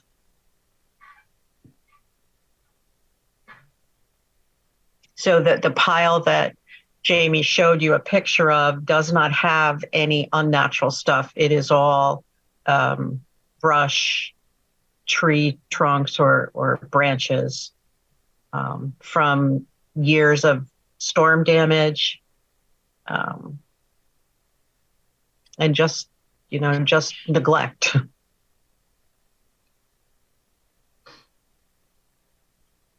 This is Commissioner Basserman. Jamie, did I hear you when you addressed Commissioner Begerman's question that we're looking to remove that pile of vegetation? Correct. Jamie Frederick and the wetland agent, the floodplain manager is requiring that for compliance with the floodplain ordinance. So is there a question then of how to remove that? What manner of removal is appropriate? And do you have concerns regarding that removal? Jamie Frederick and the wetland agent. So we discussed in the field, I met with Ms. Packard in field with the floodplain manager, and the pile is to be removed down to grade. We also discussed that the concern the commission would likely have would be any further impacts to the ground. So trying to do it when the ground isn't too wet and or using matting when accessing the pile. So I think if the commission is comfortable with her moving forward with that activity, it would help her with her compliance for the floodplain management. And I think the floodplain manager really wants to see this happen prior to the spring flood season. Mm-hmm.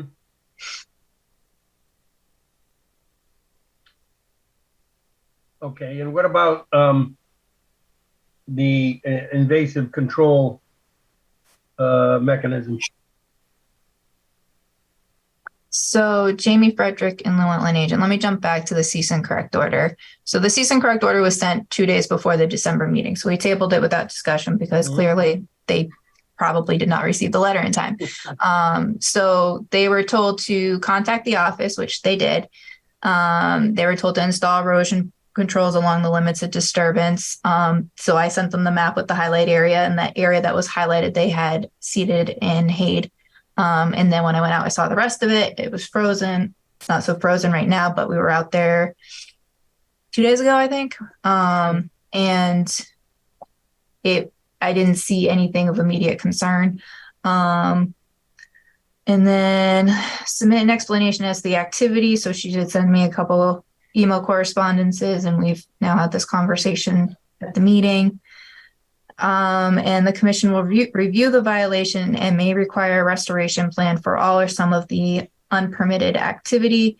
If a restoration plan is required, the commission will determine what information is required, what professionals may need to be involved in the planning process, and when the plan must be submitted to the commission. So we're kind of looking at that part, I think, right now.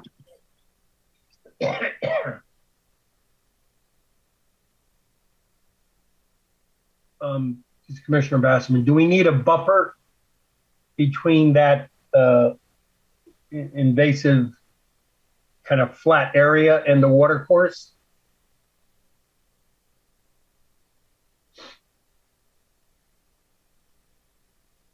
I don't know, what is the slope? Is it sloping toward the water course? The site is relatively flat with some areas that are kind of low. and then it kind of drops off a little bit right at the watercourse bank. So I think my main concern is the bank itself and making sure that that's stable long term. And then maybe along that wetland area. I mean, the whole thing's wetland, but along the more natural wetland area over here, and whether or not it would make sense to put any plantings there. And I think if the commission were to require a planting plan, given the specifics of the site, it would make some sense for it to be a managed area. You'd want it to be a low maintenance so that they're not going in there and doing too much. But to help prevent, because otherwise it's just going to become invasive all over again. But it would give them a boundary of the areas that are being maintained and the areas that are to be left alone. But, and you can see in a lot of the historical aerials and even this aerial from 2016 that, that there is some form of herbaceous growth pretty much right up to the watercourse. So I don't know if it's a couple shrubs, a couple trees, or if it's just consulting a wetland scientist and finding the right seed mix. Or if it's deferring to the wetland scientist and having her hire a wetland scientist and come up with a proposal. Yes, Commissioner Basserman, there is a definite difference in shading in that area near the watercourse, and then it, in my view, looks like it's that boundary there. What is the difference between those two areas? So you're talking about like and of course, I'm putting my pen up to the screen, but that's not doing anything. So Jamie, yeah, that line right there. Right. So that is the driving range, and that area is mowed. So I think that's going to have a different look than this area to the south of that, which is just a low growing type of vegetation. It's a grass-like substance. I just don't know what type of grass it is. Okay. This picture, which was taken, I think you said, Jamie, in 2016? I believe so. Yeah. Most of those trees are no longer there. So over the course of time, I think there's one or two trees that are still left standing. Over the course of the last 6 years, we've had storms that have gone through there and taken out a bunch of the trees that were there. Just so I'm clear, this is Commissioner Basserman. The area that we talked about is the driving range that is maintained and mowed. Yep. There would be no change in that area, correct? Correct. Okay. Well, Commissioner Basserman feels that some kind of plantings, I think, would help control that area that is slightly grayer than the maintained area. But I wouldn't attempt to know the kind of vegetation that should be put there. So I'm kind of leaning toward getting some kind of professional advice on what's the best way of putting in plantings that will help keep the invasives at bay. This is Commissioner Boda. I also wonder if, UConn has some guidance on plantings, and also to help with that, you've got this floodplain issue, which is going to require just a very different type of planting. And so I think either way, you're going to need some guidance on what's going to work in there. It could be a planting professional, but I think that there's also, like I said, guidance from UConn for property owners for stuff like this.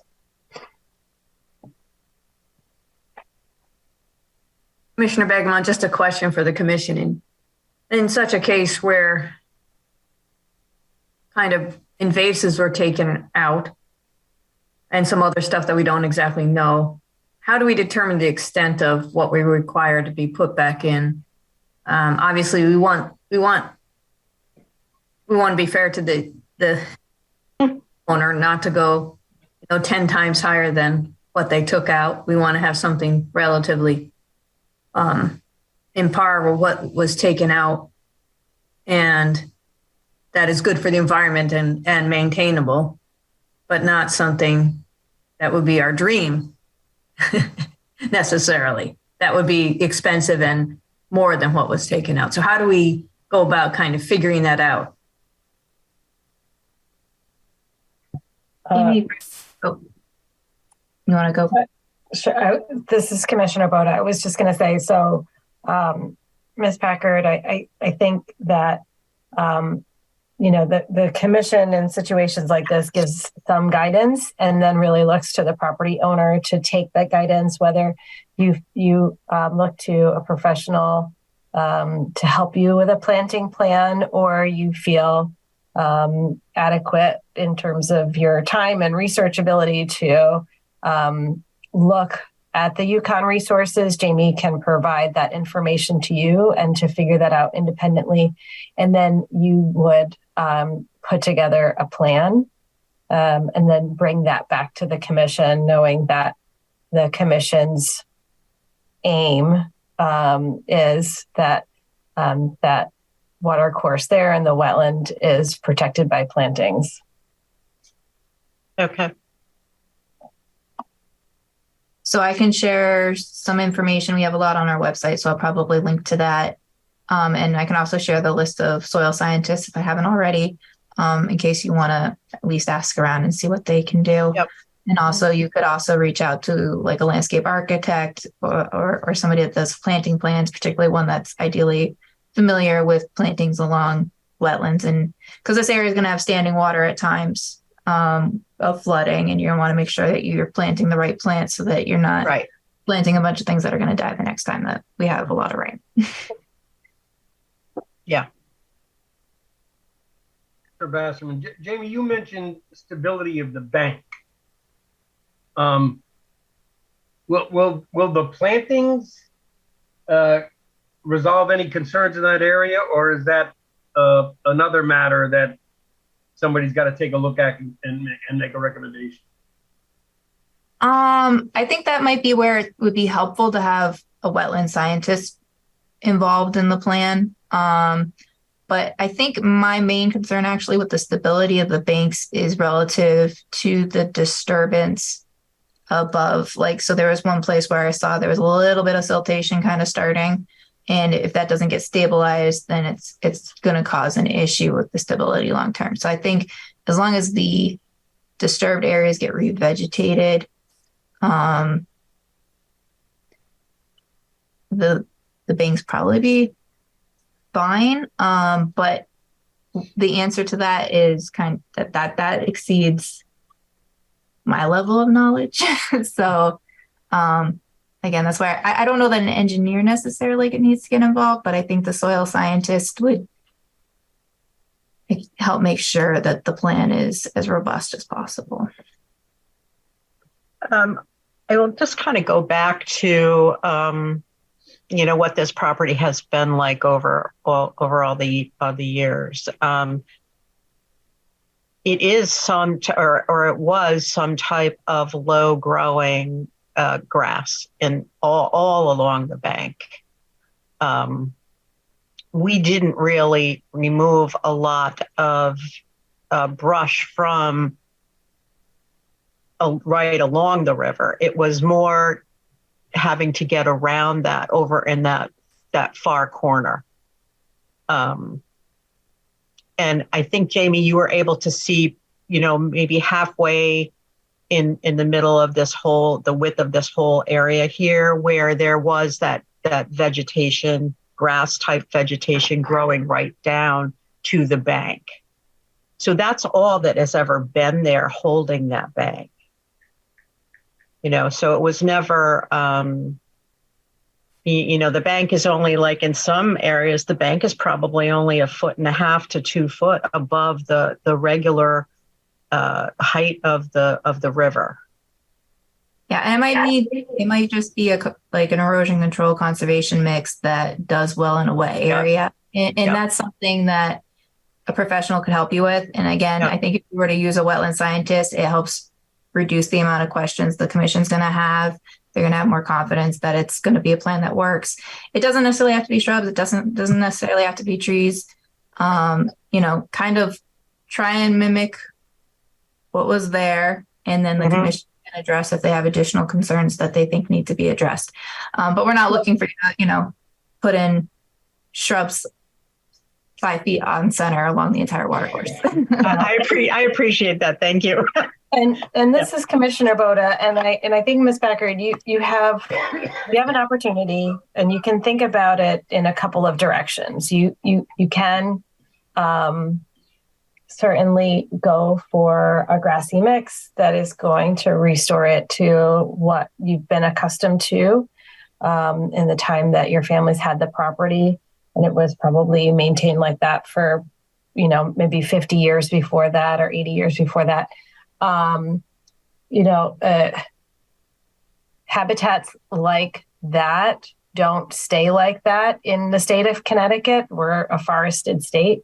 And so maintaining a grassy habitat can be really helpful for species that don't have a lot of open field and access to water like that. So you get some unique stuff. At the same time, you could have an opportunity to put in shrubs or some small trees that are growing and gives you shade. For us, I think either way, that piece isn't like, we're not looking for one or necessarily the other, but since you're going to do the work, you might just take a minute for yourself and think about like, am I going to fight the kind of to maintain what it's been, or do I want to adjust and go in a different direction? Because you really could do either, and there's benefits to both for sure. Okay, thank you. And I think the two main concerns are ultimate stabilization of the areas that were disturbed, and then kind of the plan for maintaining and preventing the issue of invasives again being an issue.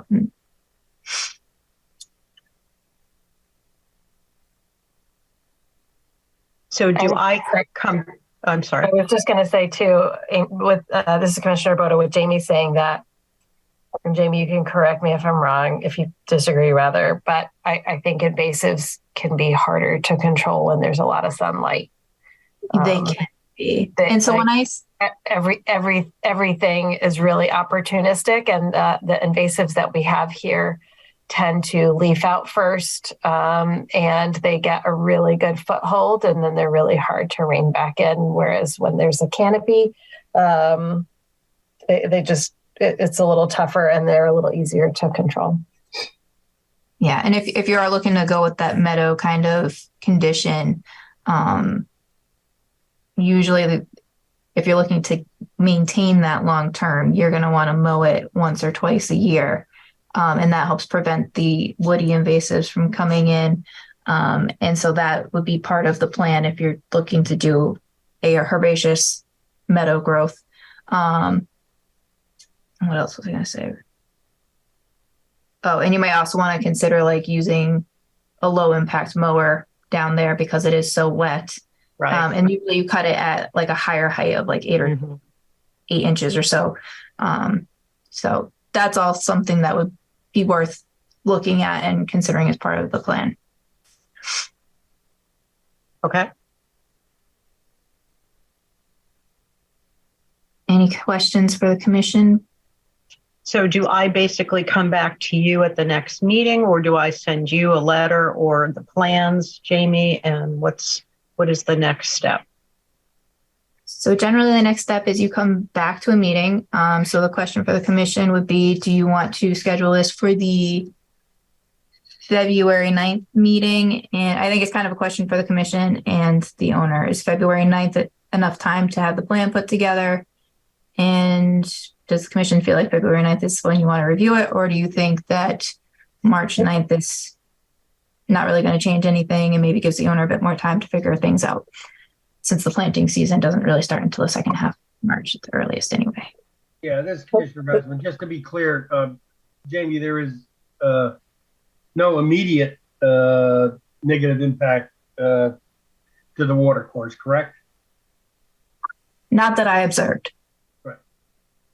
I think there's a lot to consider here, especially when you take into account Commissioner Boda's comment about whether you want to keep history alive or take things in a different direction. That may take a little more strategic thinking than 30 days. I guess I'm comfortable with a March date for Mrs. Packard to come back. That's great because there's siblings involved. So there are 5 of us, and it's disseminating this information and then getting a consensus that we can all agree to. So this is Commissioner Boda. I agree that March is fine. I think it's going to take you some time to get it all together, and it sounds like building consensus among 5 humans is always tricky. The nice thing is that this meeting is recorded, and so you can just, it's 9:30 and you can just fast forward, have them skip the 2.5 hours that have already happened tonight. Okay, that's good to know. Yeah, so then you don't have to, they can just watch the 15 minutes that are relevant. I like that. That's good. All right, so we'll continue it to the March 9th meeting with the planting plan to be submitted. If you can get the planting plan submitted by March 2nd, that gives us an opportunity to get it out to the commissioners so they can take a look at it beforehand. So March 2nd would be the Thursday before. Okay. This is Commissioner Papantonis. Do we need to do anything so that Ms. Packard can remove the debris that she's been requested to remove? I was going to get back to that. So perfect question. All right. So now that we've established the planting plan, the next question for the commission is the commission okay with that activity occurring? Any concerns beyond what's already been outlined? Okay. So, and in the interim, she can remove the debris pile pursuant to the floodplain management ordinance. Okay. So I will send a letter saying that the item is continued to the March 9th meeting with a planting plan to be submitted by March 2nd. And that debris has to be removed as directed by the floodplain manager can be removed utilizing erosion controls as needed. Sound good to everyone? Great. Good luck with your negotiations. Yeah, thanks. All right, next up, notice of violations.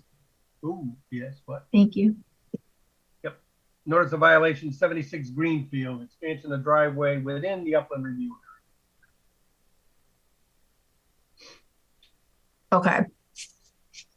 Jamie Frederick and the wetland agent. It looks like we've got commissioners present and BCTV. So it looks like the person is not here for that. However, this goes back to one of the items we tabled earlier. They did submit an application in response to the notice of violation. So does the commission want to table the notice of violation pending review of the application? Works for me. Okay. And do you want to go back and actually review the application because we tabled it because we weren't sure, we didn't get anyone definitely present to discuss it at the time?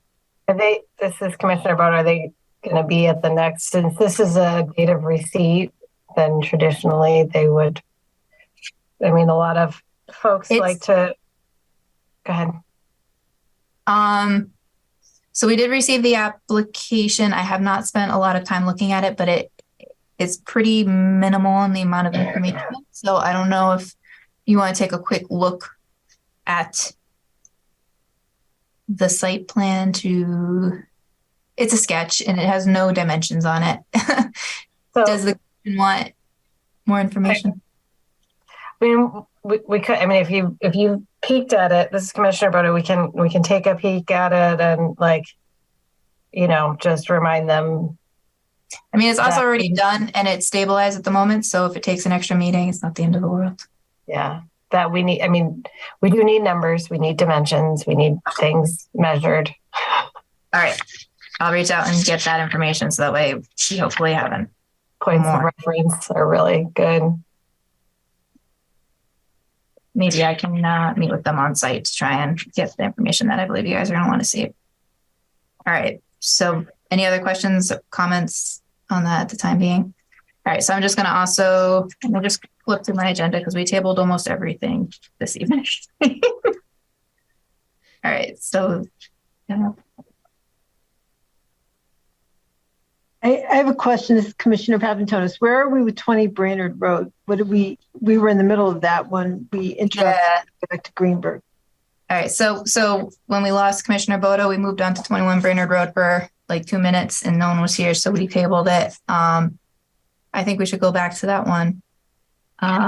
There's no one here, but I think it would be helpful for me to get a feel from the commission to follow up with the property owner. And this was also issued in December. I think we should continue it since they're not here.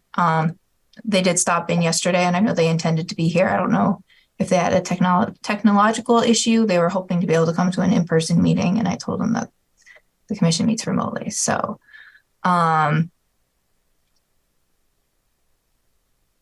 is the commission ready and willing to review CC number 22-1201, 21 Branford Road, construction without permits? Yes.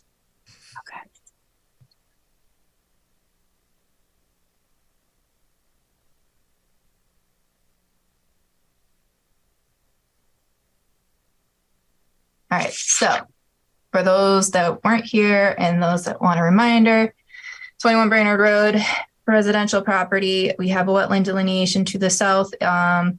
It terminates just here, so you can see we don't have any more information north or where it goes from that point.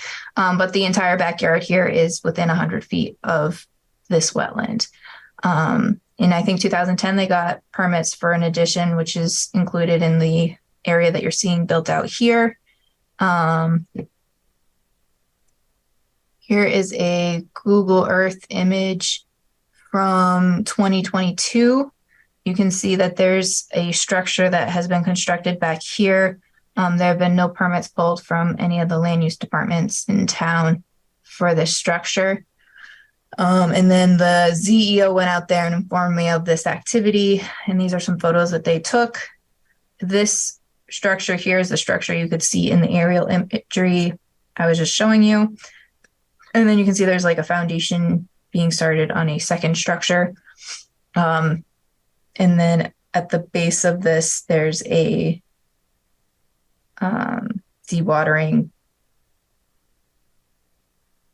location that has been dug out and has a kind of a spillway towards the wetland. So I don't know where the wetland is relative to this activity. They do not have any site plans that they have submitted. They've been requested by zoning to submit a survey with all existing and proposed improvements. And I've requested the wetland delineation. So it's an extensive project, and it seems to be pretty close to the wetland. They are concerned with the financial cost of complying with the orders that have been sent. So let me pull up the cease and correct order so that way you know what I've told them to do and we can discuss what is necessary for the next step. And because I think this might be kind of a piece by piece process a little bit. So I had asked them to contact me, which they did. I asked them to install erosion controls. I don't know that they did that. And I did drop the ball in following up on that. So I will pursue that after this meeting. And then 3 is hire a soil scientist to conduct an inland wetlands and watercourses inspection. of the above referenced property, a report from the soil scientist which identifies any on-site inland wetland soils and indicates a sketch of their location shall be submitted by January 31st, 2023. And I said the commission will review the violation and may require a restoration plan and or that an inland wetland application be submitted for the unpermitted activity. If required, the commission will determine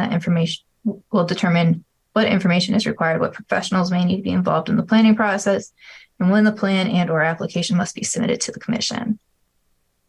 So I think the first step is the wetland delineation. But I don't know if you want to add other things to that, or if you want to start with that and find out where the activity is, and then also me following up on the erosion controls. Commissioner Begeman, this is Jamie, a question. This addition was done without a permit for building, but they are going to look at it and allow it. You're expecting? Because I mean, does that affect how we think about it? So Jamie Frederick, and the wetland agent, the zoning enforcement officer has sent a letter and the building official has sent a letter. I don't have those letters in the file.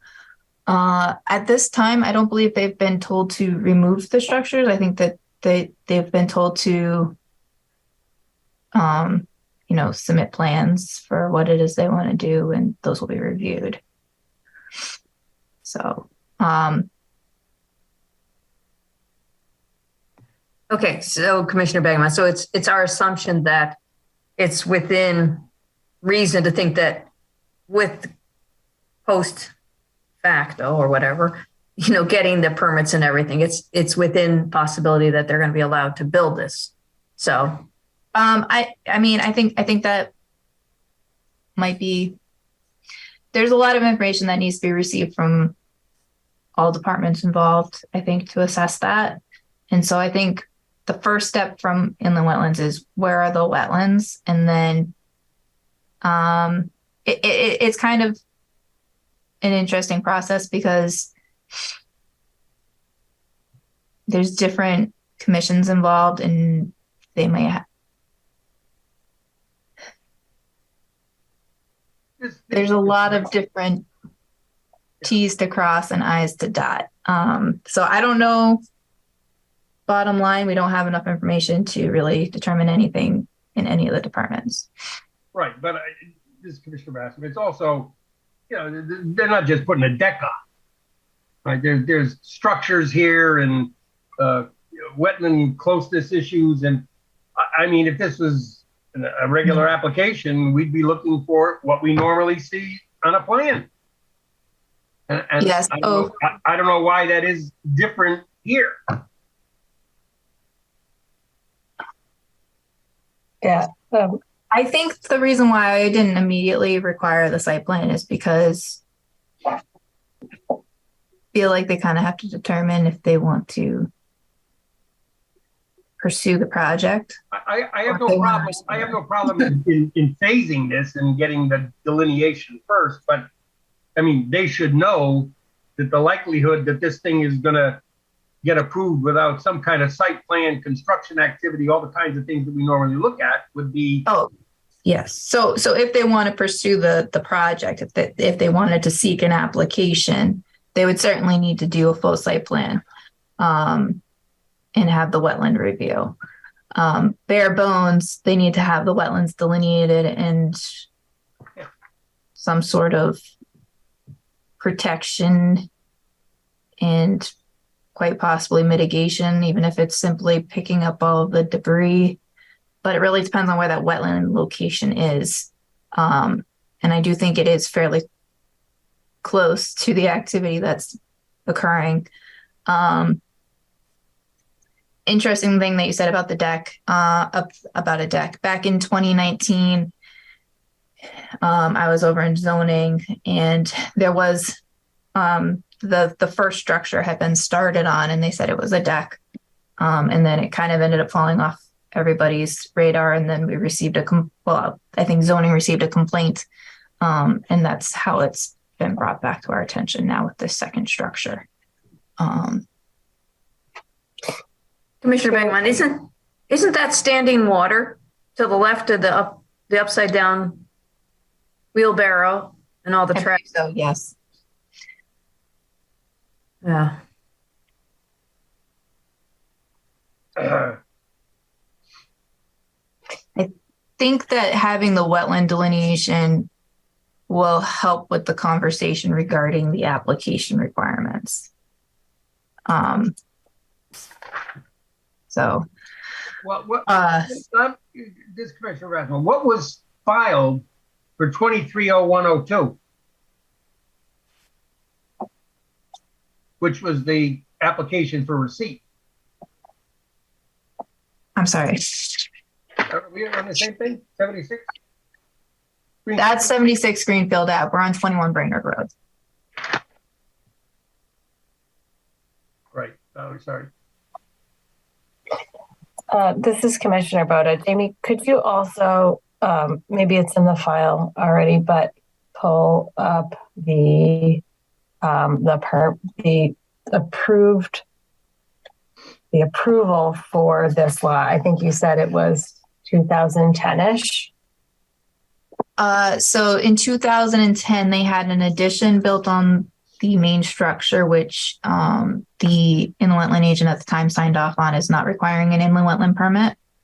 So there's a building permit and a zoning permit for it, but there was no inland wetland approval for it. And what about the house itself? Do you know? I feel like this feels like deja vu. I feel like we've probably these lots that all look the same on Brainerd Road, and they're all turning into the same application. So maybe it was longer ago, but when was that house built? Do you know? I do not know off the top of my head. I didn't see anything in our files for a permit, but I can check through Smart Search for older files to confirm that. And I'll also grab the field card so that way I have the information in the file on when it was built.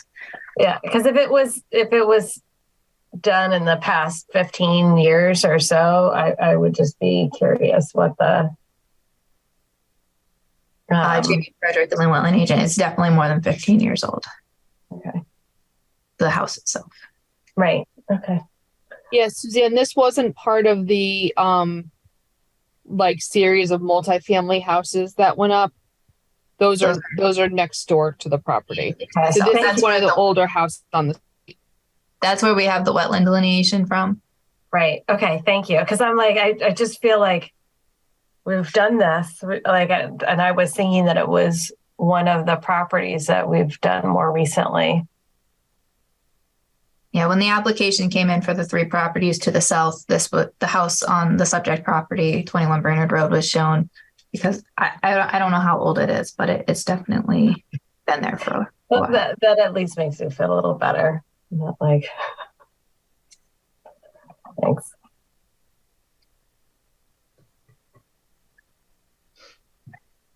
Are we done with enforcement? Suzanne, that house was built in 1950. I was not on the commission then. I don't think anyone was. You sure? Oh, I'm sure. Considering it wasn't created until 75, 74, depending on. All right, so definitely wetland report. And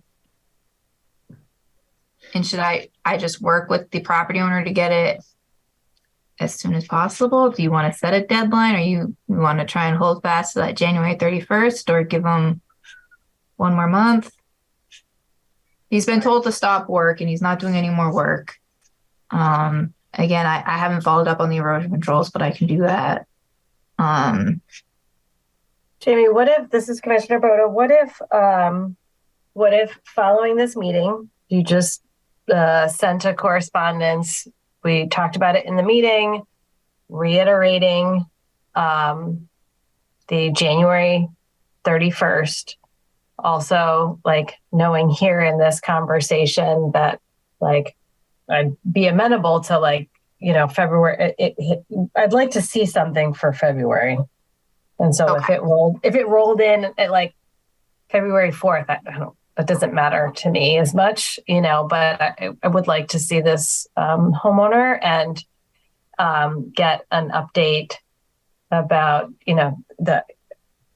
if the wetland delineation is done, we should see that, and if it's not done by then, like we need the date of when, and as long as they're continuing to move forward. If you get stuck, then we're like, I don't want to go further unless we have to. Okay. Jamie, do you want to mention what the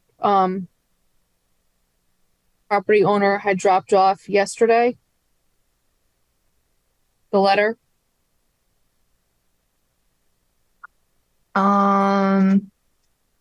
So we received a letter yesterday. I was kind of in and out of the office and didn't take another look at it today. But my biggest takeaway from this is he's trying to explain that he's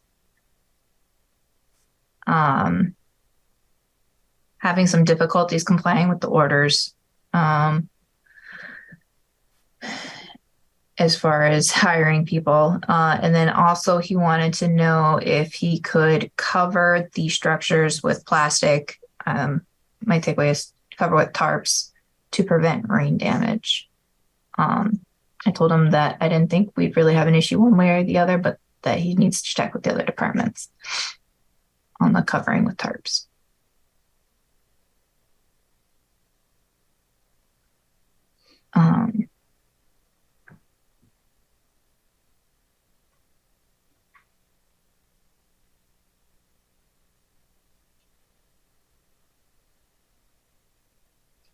Certainly gives you a flavor of what the future may hold for this project.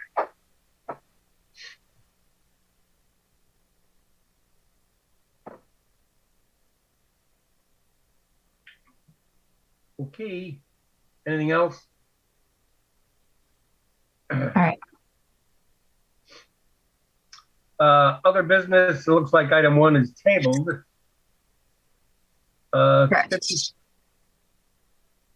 You had something to say, Jamie? No, correct. It's tabled. Okay. And 56 Stony Creek Road, the nest, removal of down trees and possible addition to the barn.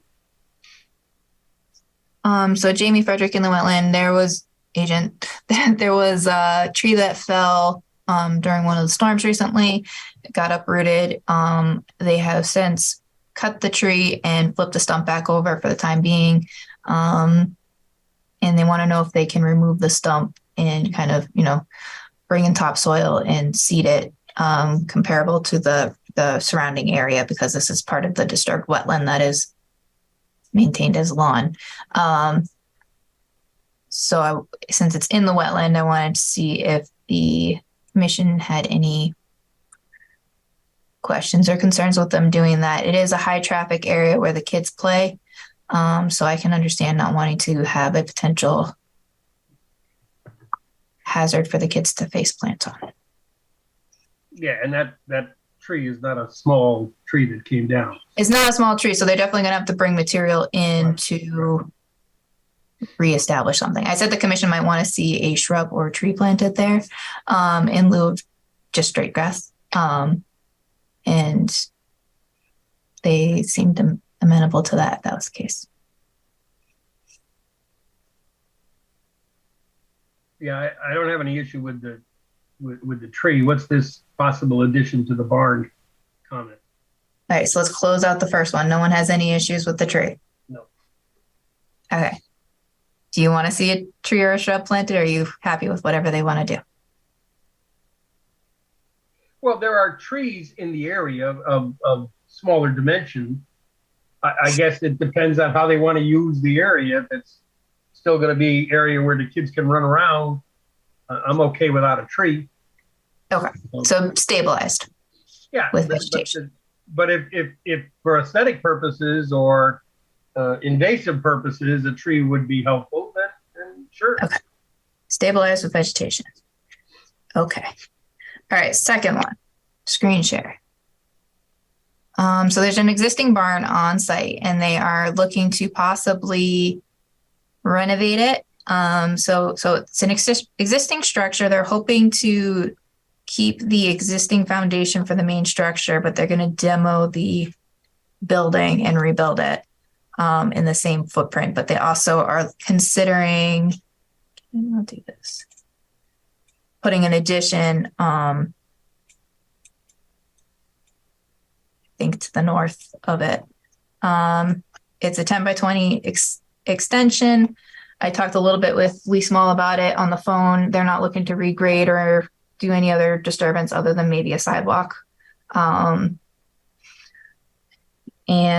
it is, I wrote it down, I did not. The wetland location is over here. They have this play area in between the proposed activity and the wetland. Told him he would need to do a new erosion control plan that's relative specifically to the proposed activity. This is just a very early conceptual plan. It's not what would be reviewed.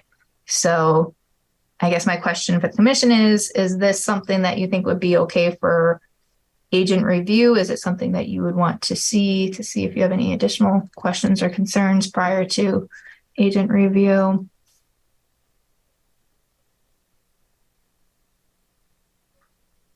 This is Commissioner Boda. It's a barn extension.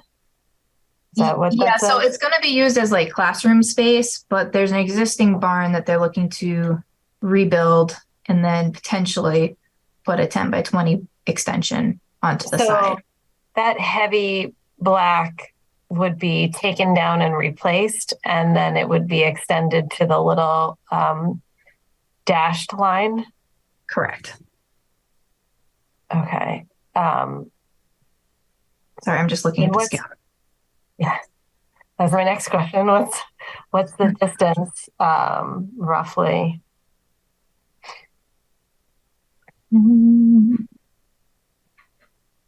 Pretty far.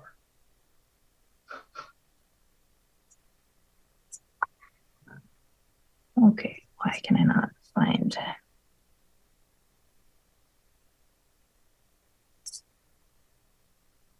Where's it written out?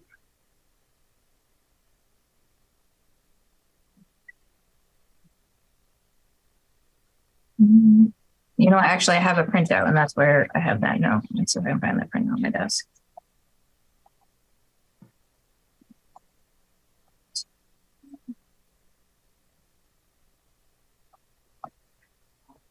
This is Katie. I want to say initially when I looked at it, it was something like 66 feet or something in that vicinity. So it was close. It was within the 100-foot, but it wasn't like right next to it. Mm-hmm. And there's another act like between. All right, well, let me just.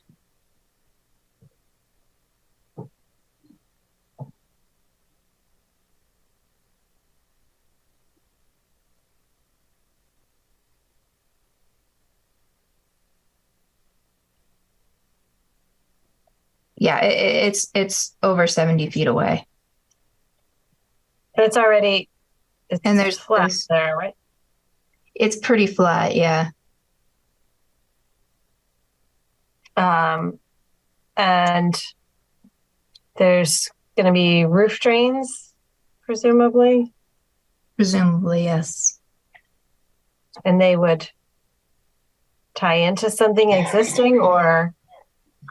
I do not know the answer to that. Yeah. And the question for tonight is if they should come to the commission, or this would be an agent approval? Yeah. Or if you don't have enough information and you want to make sure you're reviewing the whole thing, or if you, because like I said, there's no grading or drainage information on here. Mm-hmm. But it's just the barn and the extension. Correct. The other stuff is already there. Sidewalk. And a sidewalk, I would imagine, for access would be required by building code. but there's no other improvements proposed as part of the project. This is Commissioner Other Brown. than Jamie, landscape. does East Shore get involved with this given its proximity to the septic?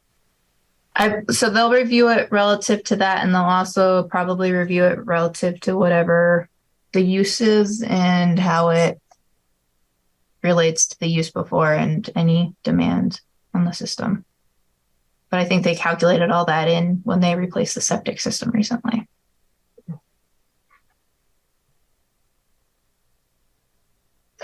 So this is Commissioner Boda. I think given the size and that there's just a lot of other stuff, I think I would want it to come into the commission with the drainage and sediment and erosion control. And then it seems possible, maybe likely, that it would go to agent approval after we got more of those details. Sure. Hard to say, but I'm just kind of given the general. Fair enough. I will let them know. All right. I don't want to speak for everybody, but I mean, that's No, and I think that's kind of been our practice in the past. reasonable answer. try to be reasonable. Err on the side of caution. All righty.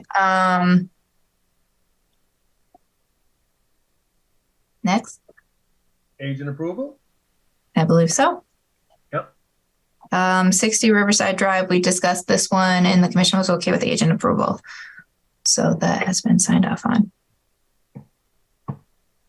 And whoopee-doo, we filed the regulations. Yep. So our latest revised regulations are now effective. Great. Any other comments from the commission before we close this meeting? Did we end the conversation? This is Katie, by the way. Did we end the conversation on 76 Greenfield?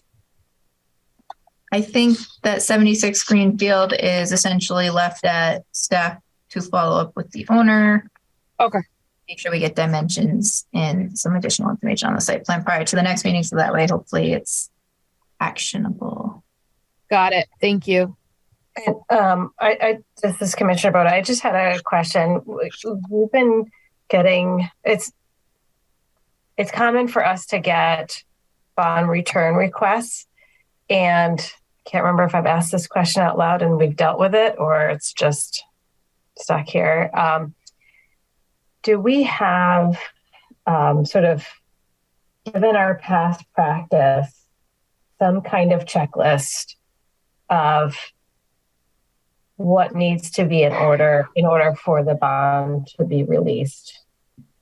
That is general enough so that it is applicable to whether it's for planting or sediment and erosion control features or drainage, whatever. It just, like, every time we do it, it feels very by the seat of our pants, so to speak. And so I'm wondering if there's just a checklist that would be helpful that we can apply as we think about these bond requests that are coming in. I don't think, Jamie Frederick and the Wetland agent, we do not have a general checklist, no. And I don't know that we could really have a general checklist that would be terribly helpful, but staff, as we can try and put together like at least a list of the items that are of concern relative to that application. But I think even like, if it's for plantings that, like, have we received these like the reports, and have the reports met the 85% survivability? If it's, is the site fully stable? Whatever those, because those are always the questions. And I think, again, we have new commissioners coming in, and there's just a lot of institutional knowledge that over the past 10 years has turned over. And I think that would be helpful for educational purposes, but also for us trying to be systematic about how we approach these bond return requests. Okay. We'll look and see what we can do. Yeah, thank you. This is Commissioner Basserman. Again, somebody pointed out during today's discussions, and I think it was with the Greenberg thing, that in terms of the time limit, that maybe they can request at some earlier than end date a review of the plantings to determine whether sufficient sufficient number of plants have survived, and therefore they don't need to hold the bond for the additional 2 years. I mean, the more options you add to that whole process, the more it screams out for some kind of template, so that we don't do it, one way for one applicant and different way entirely for somebody else without knowing why.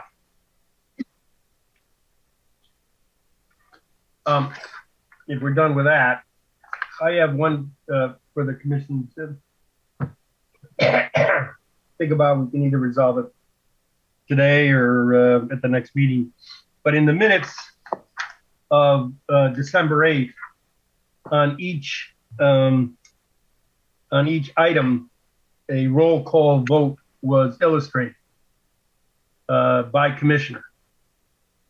Jamie tells me that FOI requirements say that you have to record the vote. And what we've done in the past is say, 4 approved, 1 denied, or 1 abstained, or whatever, without identifying by commissioner the particular vote.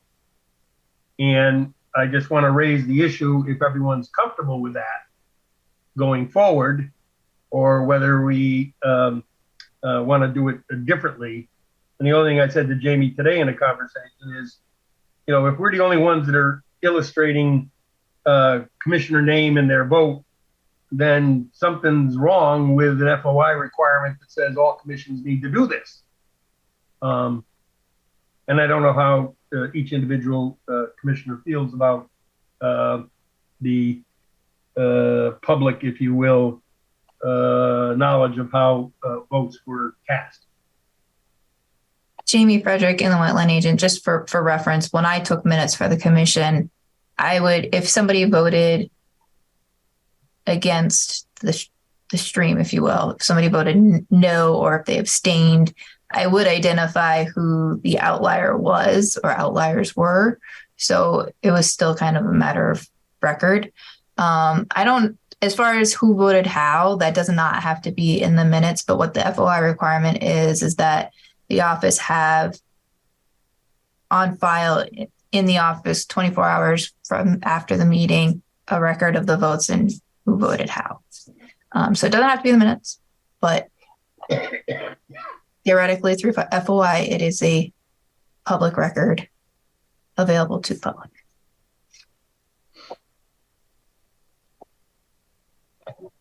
This is Commissioner Papantonis. I was just going to say what Jamie just said is sufficient. Actually, we don't have to do a roll call vote. If you're unanimous, then everybody knows who voted in favor of.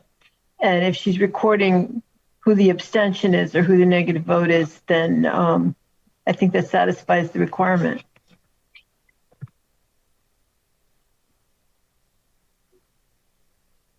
Commissioner Bagman, I don't care how it's done. If I'm voting a certain way, it's public record. It can be in the minutes. It doesn't bother me. This is Commissioner Rhoda. I'm indifferent. I would look to, be aligned with our neighboring municipalities or like municipalities, and follow whatever guidance. If that guidance is coming from town council or from some training from the state, then just update our practice. That's fine. We can ask the town clerk. They usually are the ones we defer to for minutes, agendas, those kind of things. We ought to be consistent. That, in my mind, from commission to commission. And I would also, Commissioner Boda, I would also want to ensure that we're consistent across agencies within the town. So, like, we shouldn't be doing something different than P&Z or the Shellfish Commission, right? Like, they're all. That. That's all I had. All right, that's your homework, Katie. Commissioner. Oh wait, Commissioner Bagman, I just have a question. When people do things that require a cease and correct, are there fines sometimes, or is that just? I mean, there are fines. They are separate from the cease and correct process. You don't necessarily have to be issued a cease and correct order to be fined. I have not issued one. So I if we ever have a lull, a meeting that's not going to go past 10 o'clock, we could maybe have a conversation about that process and what, the commission we have we have done them in the past, and yeah. This is Katie. From my previous tenure, we had one or two, and it was quite the process. There's a very there's a timeline, there's a hearing by a hearing officer. It's very involved, so it's usually reserved for egregious offenders that you don't. Yes, thank you. They respond, they don't move, they don't anything, and it's really the only. It's our last. It's our. And our also, last, a lot of times people don't realize they're in violation. You want to try and let them use their resources to resolve the issue rather than penalize them. But if they knew they were in violation and they repeated it again, or if they continue to ignore it, then. Thank you. Certainly, if anything ever gets to that point, feel free to raise the question, but it would be a new one for me too. I'd like to make a motion that we adjourn. Mr. Bagman, second. See you all in February. Good night. Good night. Night. So it's late.